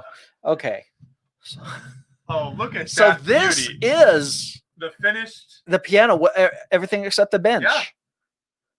Look at that. And it's awesome. So if we were closing it up, right, you could close the fall board. The music desk would, here, I'll flip those around just for the moment so I can put this down easily. There we go. Close the lid, and then that would close it up. And not a single stud in sight. Completely beautiful black pieces. Just some fingerprints. We won't discuss whose those are. And of course, to get to the motor would be in there. To open it back up, let's open it up, and we'll try to do it. I'm just trying to get the right angle. You probably want to see it from this side. There we go. Get that money shot, Corey. Almost need to back up a little. Yep, we can. There we go. There we go. I probably won't get it in the right hole. Yeah, it's 90-degree angle. We can raise the music desk. There we go. And Amazing. yay. Oh, and of course there's the pedal as well, which raises all the dampers at once. I don't know if you can see it on the screen. I can see it, but I know where I'm looking. I'm looking for that little white line to raise up. Actually, all of them are raising up at the same time. So, yes, there we go. So, do you want to show off? Let's finish the bench first before we show off the full. Like, we'll connect it to the app and everything. Sure. So we will do that agree. here. So the final Corey's favorite part, what he's been looking forward to the most. I'll get the parts. Okay. Yes. Sounds like a fingerprint magnet. Most pianos are. They Yes. are. Yes. I will mute the mic briefly here.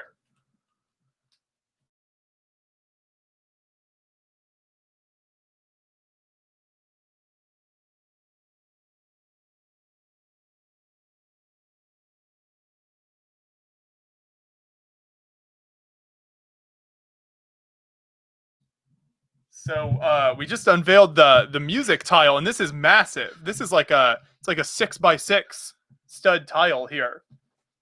It's hard, you can see. Let's see here. I'll put it. Yeah, we'll go. We haven't gone to the build cam recently because my water's sitting there. So move that out of the way. Here we go. That way. There. So this is. I thought this would be like a 2x2 or something tile, but quite large. And it is the actual music. Can you? I- Yeah. I You can see can. it. But I already know the piece as well. So that is, I've been practicing it Yes. some, and yeah, this is the first part of it. That is Okay. cool. Since you've been looking forward to this, you get to build the final bench part here. So Oh, I'll. no. So you take the instructions over there. What if I mess up? I don't know if I can handle the pressure. All right. Need parts. Yes. Parts. Yes. I'm not being any more specific. Just read my mind.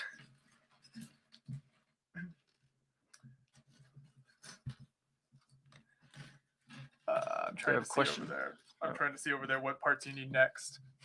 I can make it out. But I need one more of the 1x1 brick. Do I have the right word? Yes. That. Yes. Very good. Look at how far you've come in your learning. I'm special now. Well, you were certainly special before the stream as well. Oh.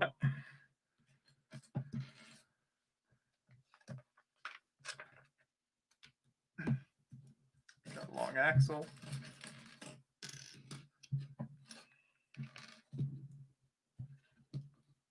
This is the mechanism to raise and lower it. Mm-hmm. And oh my. Stuff. Oh. More parts. Here.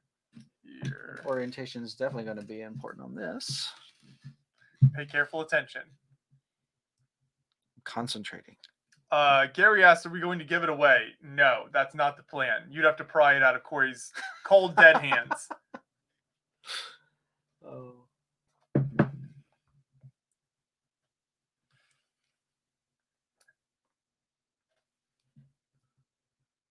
That's interesting. Oh, just how this is going together.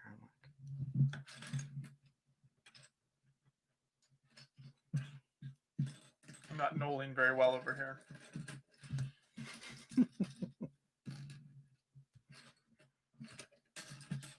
There's so many black 2x4 tiles in this set. Wow. So here's a screw mechanism.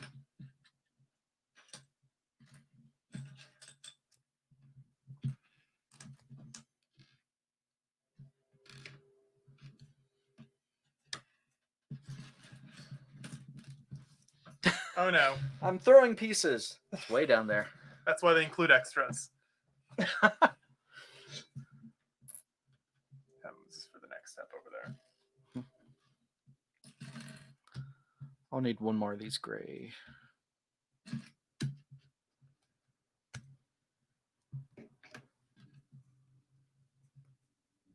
How big is the stool? Well, we're about to find out when we finish it here. So wait with anticipation. But definitely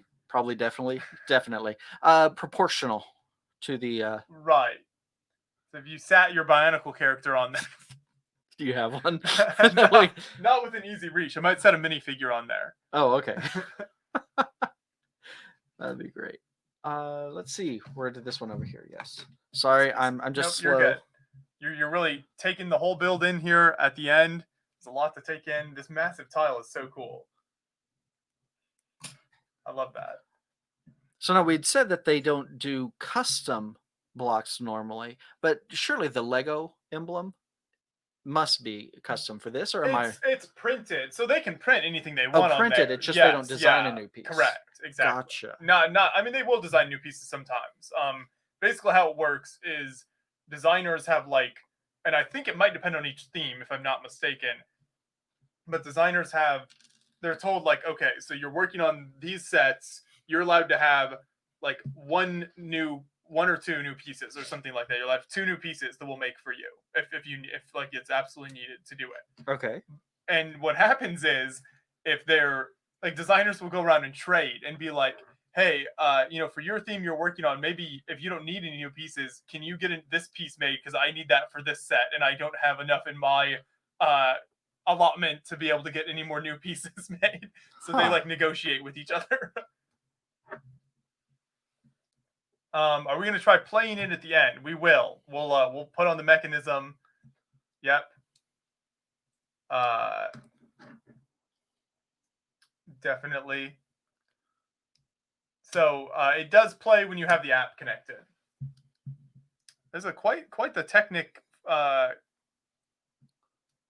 frame in here. I guess that's cool. It's more complex than I would have thought. Let's see. All right.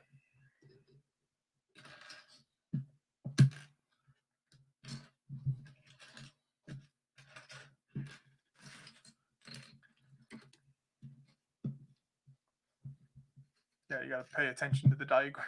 Yes, that's what I'm looking for. I'm just setting up the next few steps here. Have you ever done a live build and discovered a missing or wrong part? No. I have thought for sure, like in the past, that the pieces have been missing, but it turns out I just did not find it. So it was there all along, and I just couldn't find it. Samad says, you said earlier the Vikings theme came out in 2005 and it ended in 2006. Gotcha. Good to know. Thank you. So yeah, I've never been doing a live build and discovered a missing or wrong part that I'm aware of.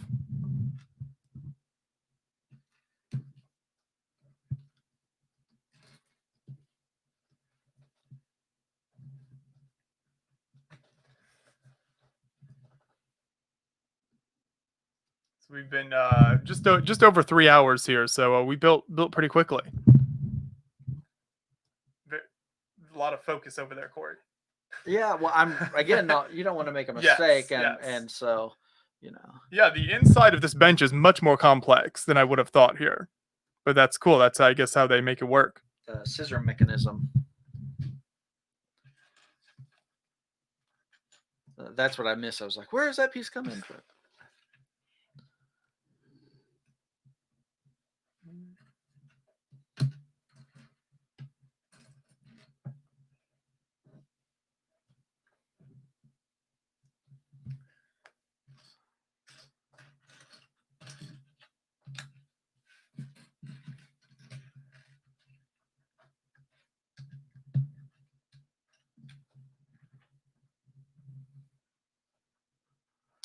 Oh, that's what it's building doing. ahead while you're doing that. Okay, that's fine.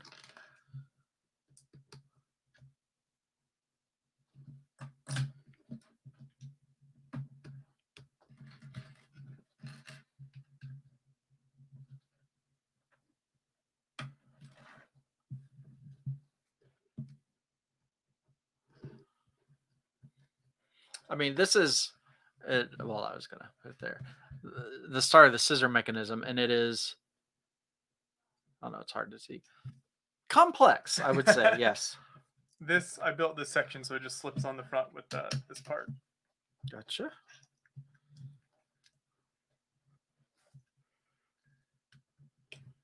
Alyssa says she's enjoying this cozy stream. Thank you, Alyssa. You know, the piano makes for a very nice. We need some like candles going to go with our fancy piano. Really set the scene. Maybe when we go to Corey's house to film the final video, we'll have that. So the friction of these pieces on the yellow shaft is what's going to keep it upright. So but the screw mechanism is working. Not that it told me to test it. I'm just impatient. It's like, and for Corey, this is when you can try it out. Like, it's like there's stuff I can do.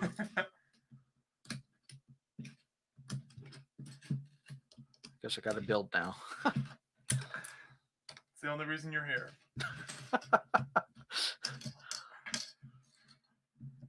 That and your thoughts on fast food restaurants. Of which I have many.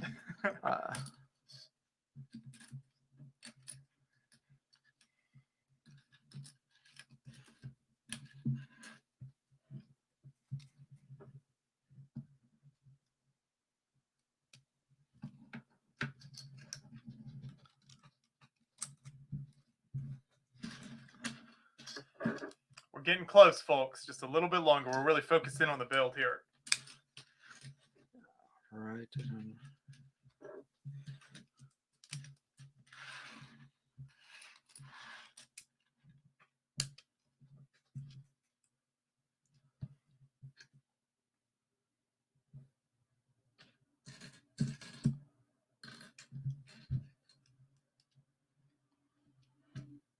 cool sideways building going on there.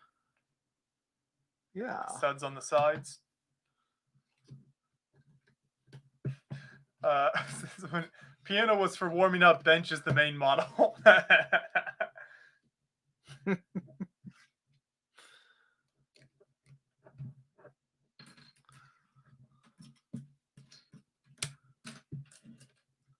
Most of our review will just be shots of Corey's bench next to this one. Definitely.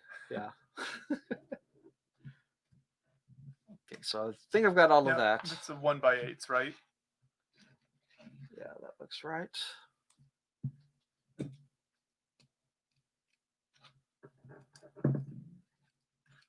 I'm glad we decided to finish this build on a stream. This is a lot more fun when we have people to interact with than just building ourselves. I agree. It's been I mean, it's been great, and talking to people and just getting to ramble about things. Corey gets tired of the lost look on my face when he starts talking about computer science, so it's good to have an audience.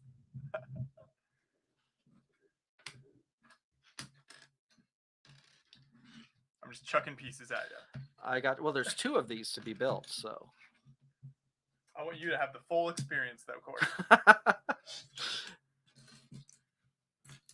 Sorry, I'm in your way.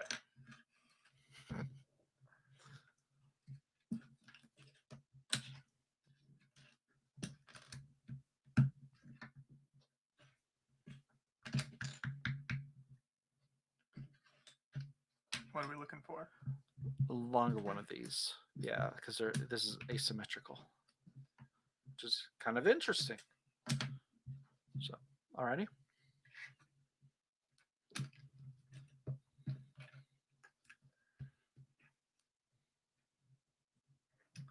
How long did the piano take? So our last stream was 6 hours.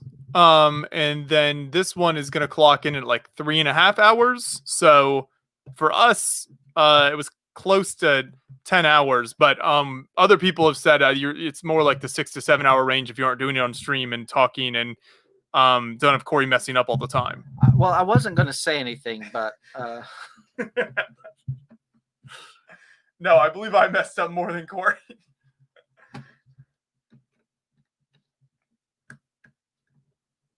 And now that's what we need.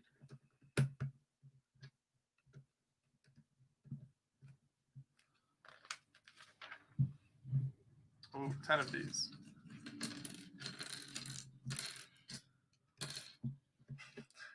That's interesting.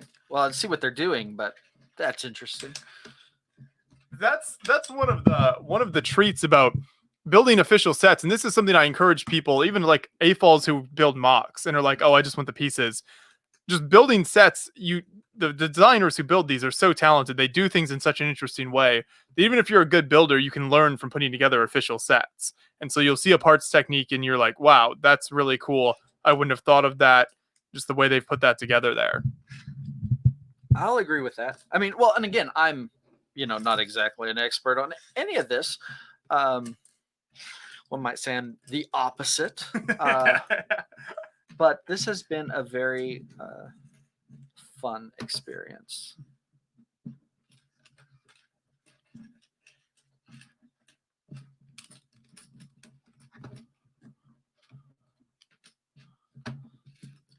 I didn't know Josh would let me come back. I tried to behave myself last time, didn't say a lot, and I was really worried about us being able to get finished, and we weren't able to. Well, I never thought we would. Yeah, even going that long, I knew we wouldn't. He had no faith in us at all. No faith in myself. I build enough sets to know how long it takes.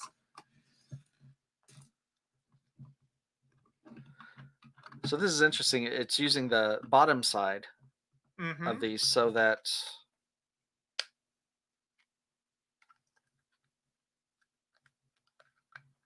this will never come off again. Keep building, and I'll ask you this question from chat.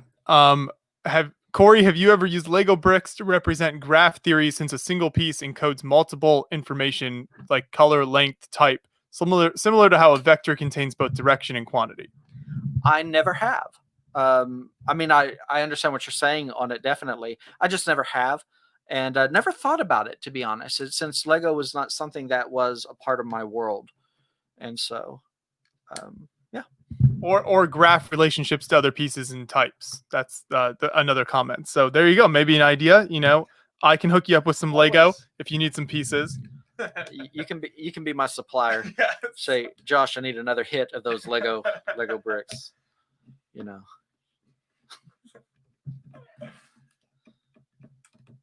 So these pieces have been around a very long time, and they used on like the bottom of boats and anything that needs to like slide across the table and stuff like that. Well, so what you'll see when you come to see my piano, y'all are all going to be there, right?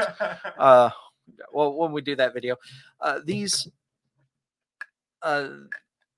benches are usually padded, and there are buttons, and they form this exact type of pattern. That's why I'm like, that's beautiful that they did it like that. So. Let's see here. You need all four, everything. Just finishing it out here. Finish strong. Building the legs.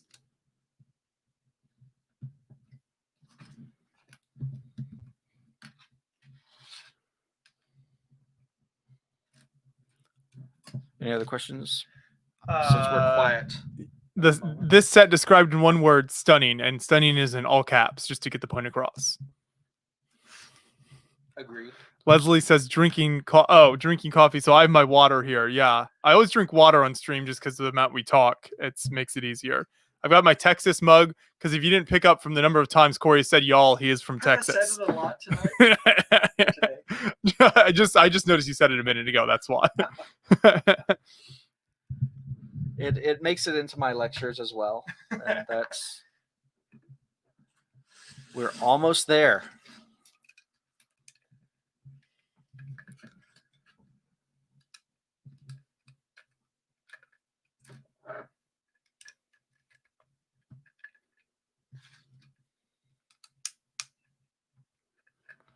So the real question is, did any of your students tune in to the first stream after you told them? I think some did.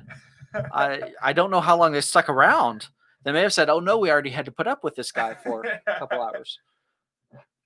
Would you like the honors? It's the last piece. No. You please. I wasn't going to let you. I was just trying to be nice. And it's done. It is done. This is such an accomplishment. The thickness of this book, people. Wow. And there's a couple other. Oh no! Wait! No! Putting the music on. So we'll move the mic. Move this. We're done with the instruction booklet. So we will. I'm just trying to make this open on the. Put the mic over here. There is the. Yes. There is. There it is. I mean, yes. It's. I don't know what else to say. Yay! This is it, folks. It's all done. It's the piano Lego Ideas set. Donnie's design brought to life here. It's so incredible. So I'm just trying to show this. I need a contrasting background. Here, I'll put the mic over there for you. Okay, I need a contrasting background just because I was going to show the mechanism as it raises. There, I think the glare captures it. So being able to raise and lower the seat, which it's done that way, a scissor action. Yeah. So anyway.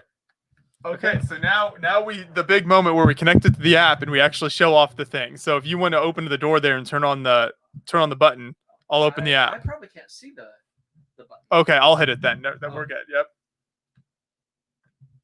We did find out that you have to turn it off in the app. Right. So you have to close the app on your phone to get the box to turn off.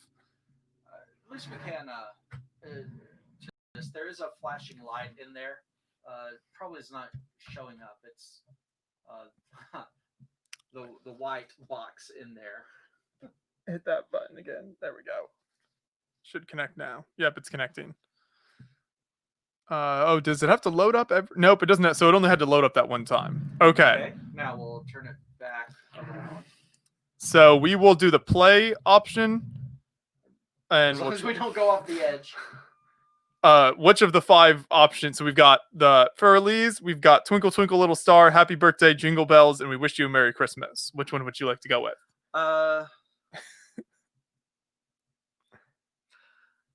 Twinkle Twinkle Little Star. Yes, classic.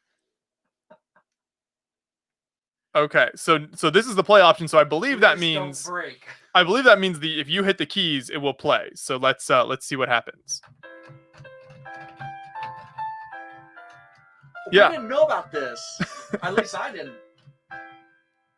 So this is so to explain what's going on. When Corey hits a key, it's not that it makes the note that key would make, but it does make the note on the song.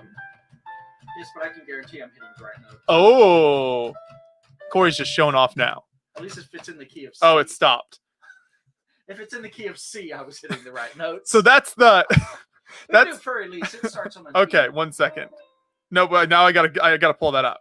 So I'll explain. So just to show. So there's the play and the listen option. So listen will move the keys automatically, and we'll show that as well. But play is you hit a key and then it plays the note that it corresponds to that song, basically. Okay, so we'll do this here. Okay, go ahead. Für Elise, all you pianists know it starts on an E, right? Let's see if this works.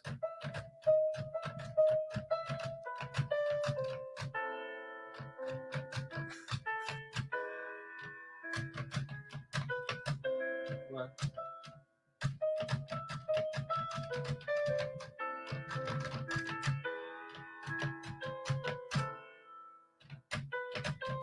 It does keep going.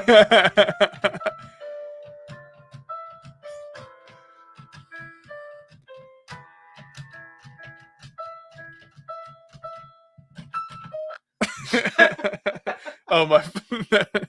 Yeah, so that's amazing. So from that perspective, it is so very happy right now. This is awesome. Here's the mic for your thoughts. I'll just say this is beautiful. I don't know what else to say about it. It just makes me smile. I mean, it's yeah. I'm glad I could bring you. So now we'll do the listen option. So somebody said, am I actually playing the notes? Now, technically, I was, with give or take a mistake here or there, just because I'm not actually able to hear the feedback. But generally speaking, I was playing the right notes. But that is not required. Can we do one more? Yes. Yeah. Which one are you doing? Do Happy Birthday. Okay. This is. Oh, it actually does have the music here. And then the notes pop up and down as you hit a key. Oh, I did not know that. Okay, can we show that on the screen? But yes. all that I'm going to do, I will hit one note and you'll just see so let's do what this. happens. So you can see Corey doing the piano, and then you can watch. For those of you playing along at home, I'm hitting middle C. Okay.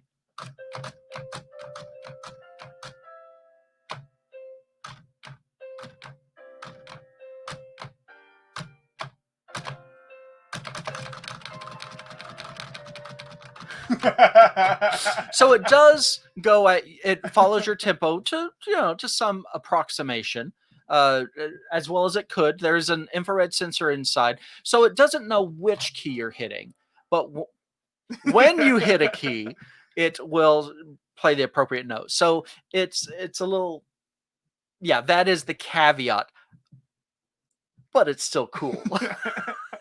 So now we have to show off the other Yes, part of it. yes. So this is the automatic playing part. So I'll move this back over here. So this is the listen portion of the app, and this is what has the big axle in there, and this will automatically play. So now we've got 10 songs here. Somebody asked if you could place the phone on the music stand. You actually probably can, because there is a lip there. Let's try it out. Well, here, let's choose our song, and then I'll set it on there. So here's your 10 options. Which one do you want? We've got to do Play Day. Okay, That's there we go. that was Yes. Written by Donnie Chen, the designer for this. He's also a piano teacher, piano technician, and a composer. So he wrote, and that's what is on this tile. Okay, so there's a play button on there. So if you can just put the phone on there and then hit play when you're ready, Corey. Sure. Yes, it does. Look at that. You can see it. Here, move it that way a bit, and then we'll put the mic over. There we go. Okay. And so you said hit play. Yes. Where's there it is.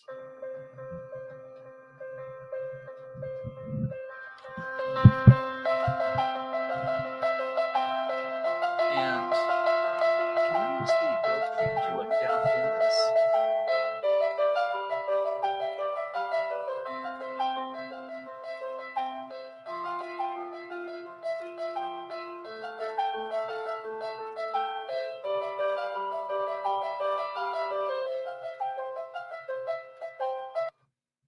So okay.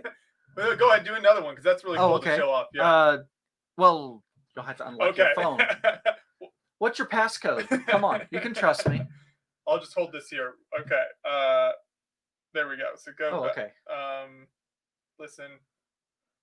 Just hit listen there. So listen there, and shall we do the Prelude in C major by Johann Sebastian Bach?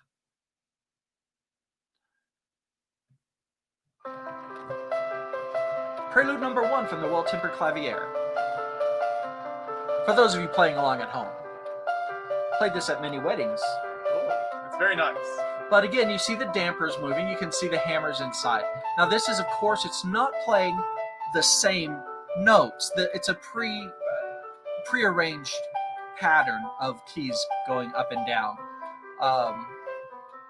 So that's just a caveat that is the case. But it's neat. I love this camera setup, man. We're getting fancy here. You see inside the piano, man. Yeah, and so, and I don't know, is this shutting off because your phone was going off? It might be, yes. It might be longer.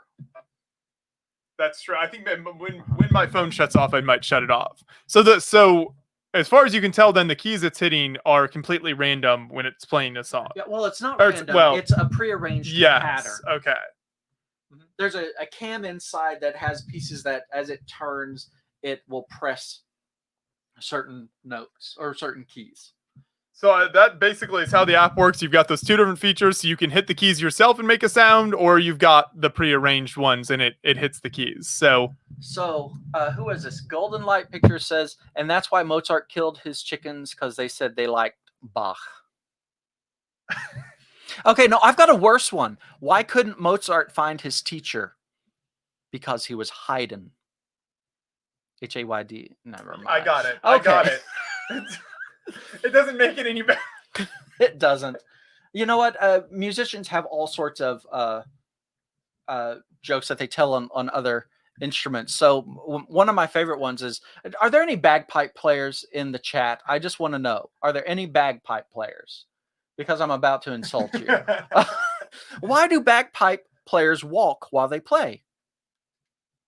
I'm going to guess that's something to do with so that they're moving away from other people so they don't have to hear it. To get away from the noise.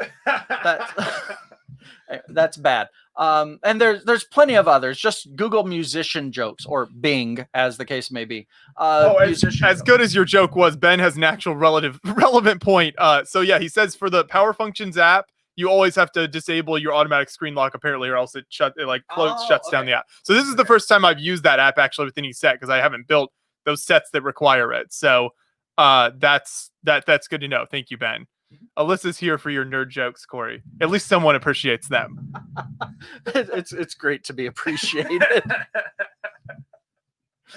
Oh. So this is it, people. So like I've said on the stream, we will have a focused review video where we go over with Corey's grand piano. We will show off the different functions of an actual grand piano. Corey is hopefully going to play Donnie's song on his piano in the video. That's going to be super awesome. I'm excited for that. And then we'll just kind of give our overall thoughts on the set itself and what we liked, what we didn't like, anything like that, like you would expect from a normal set review. So I think it'll be a ton of fun. I think we're going to try to record that video tomorrow, but I'm not sure exactly when, and we'll get it up on the channel, but certainly be on the lookout for that. But thank you, everyone, for joining us on our second part 2 stream here. This has been a big build, but I'm super glad we decided to build it live again. It was great to chat with everyone. And Corey could give all of this. This video will be on the channel forever for anyone who is interested in pianos to educate themselves. Yes. Well, and thank you for showing up. It would have been so boring if we didn't have anyone to talk with. And so, yeah, we got to answer your questions. And so thank you. I appreciate it. We'll refresh the chat here. Lynn says this has been brilliant this week. Thanks, Corey and Joshua. Thank you. And I'm sure that was just alphabetical order. I know you really like me more. Anyway, thank you. I mean, in this particular stream, Corey certainly brought much more to the table than I did, so I understand. Yes, thank you, everyone, for joining us. It's been super fun. Keep a lookout for that full set review. Lego Grand Piano ASMR. Linda does ask how much Oh. the set is. Oh. That has been a Yes, 350 USD for the set. So that's how much it costs here in the US. So it is expensive. We'll give our kind of final thoughts, I think, in the review video on what if we feel like it's worth that much money and kind of what this set is targeted at the audience that might want to pick it up. So we'll try to give those thoughts as best as we can. But yeah, thank you everyone. Any final thoughts, Corey? just keep building things that make you happy. That's what this did for me. That's a great life motto there. You want to look like Corey at the end of every Lego build. Awesome stuff. We'll see everyone soon.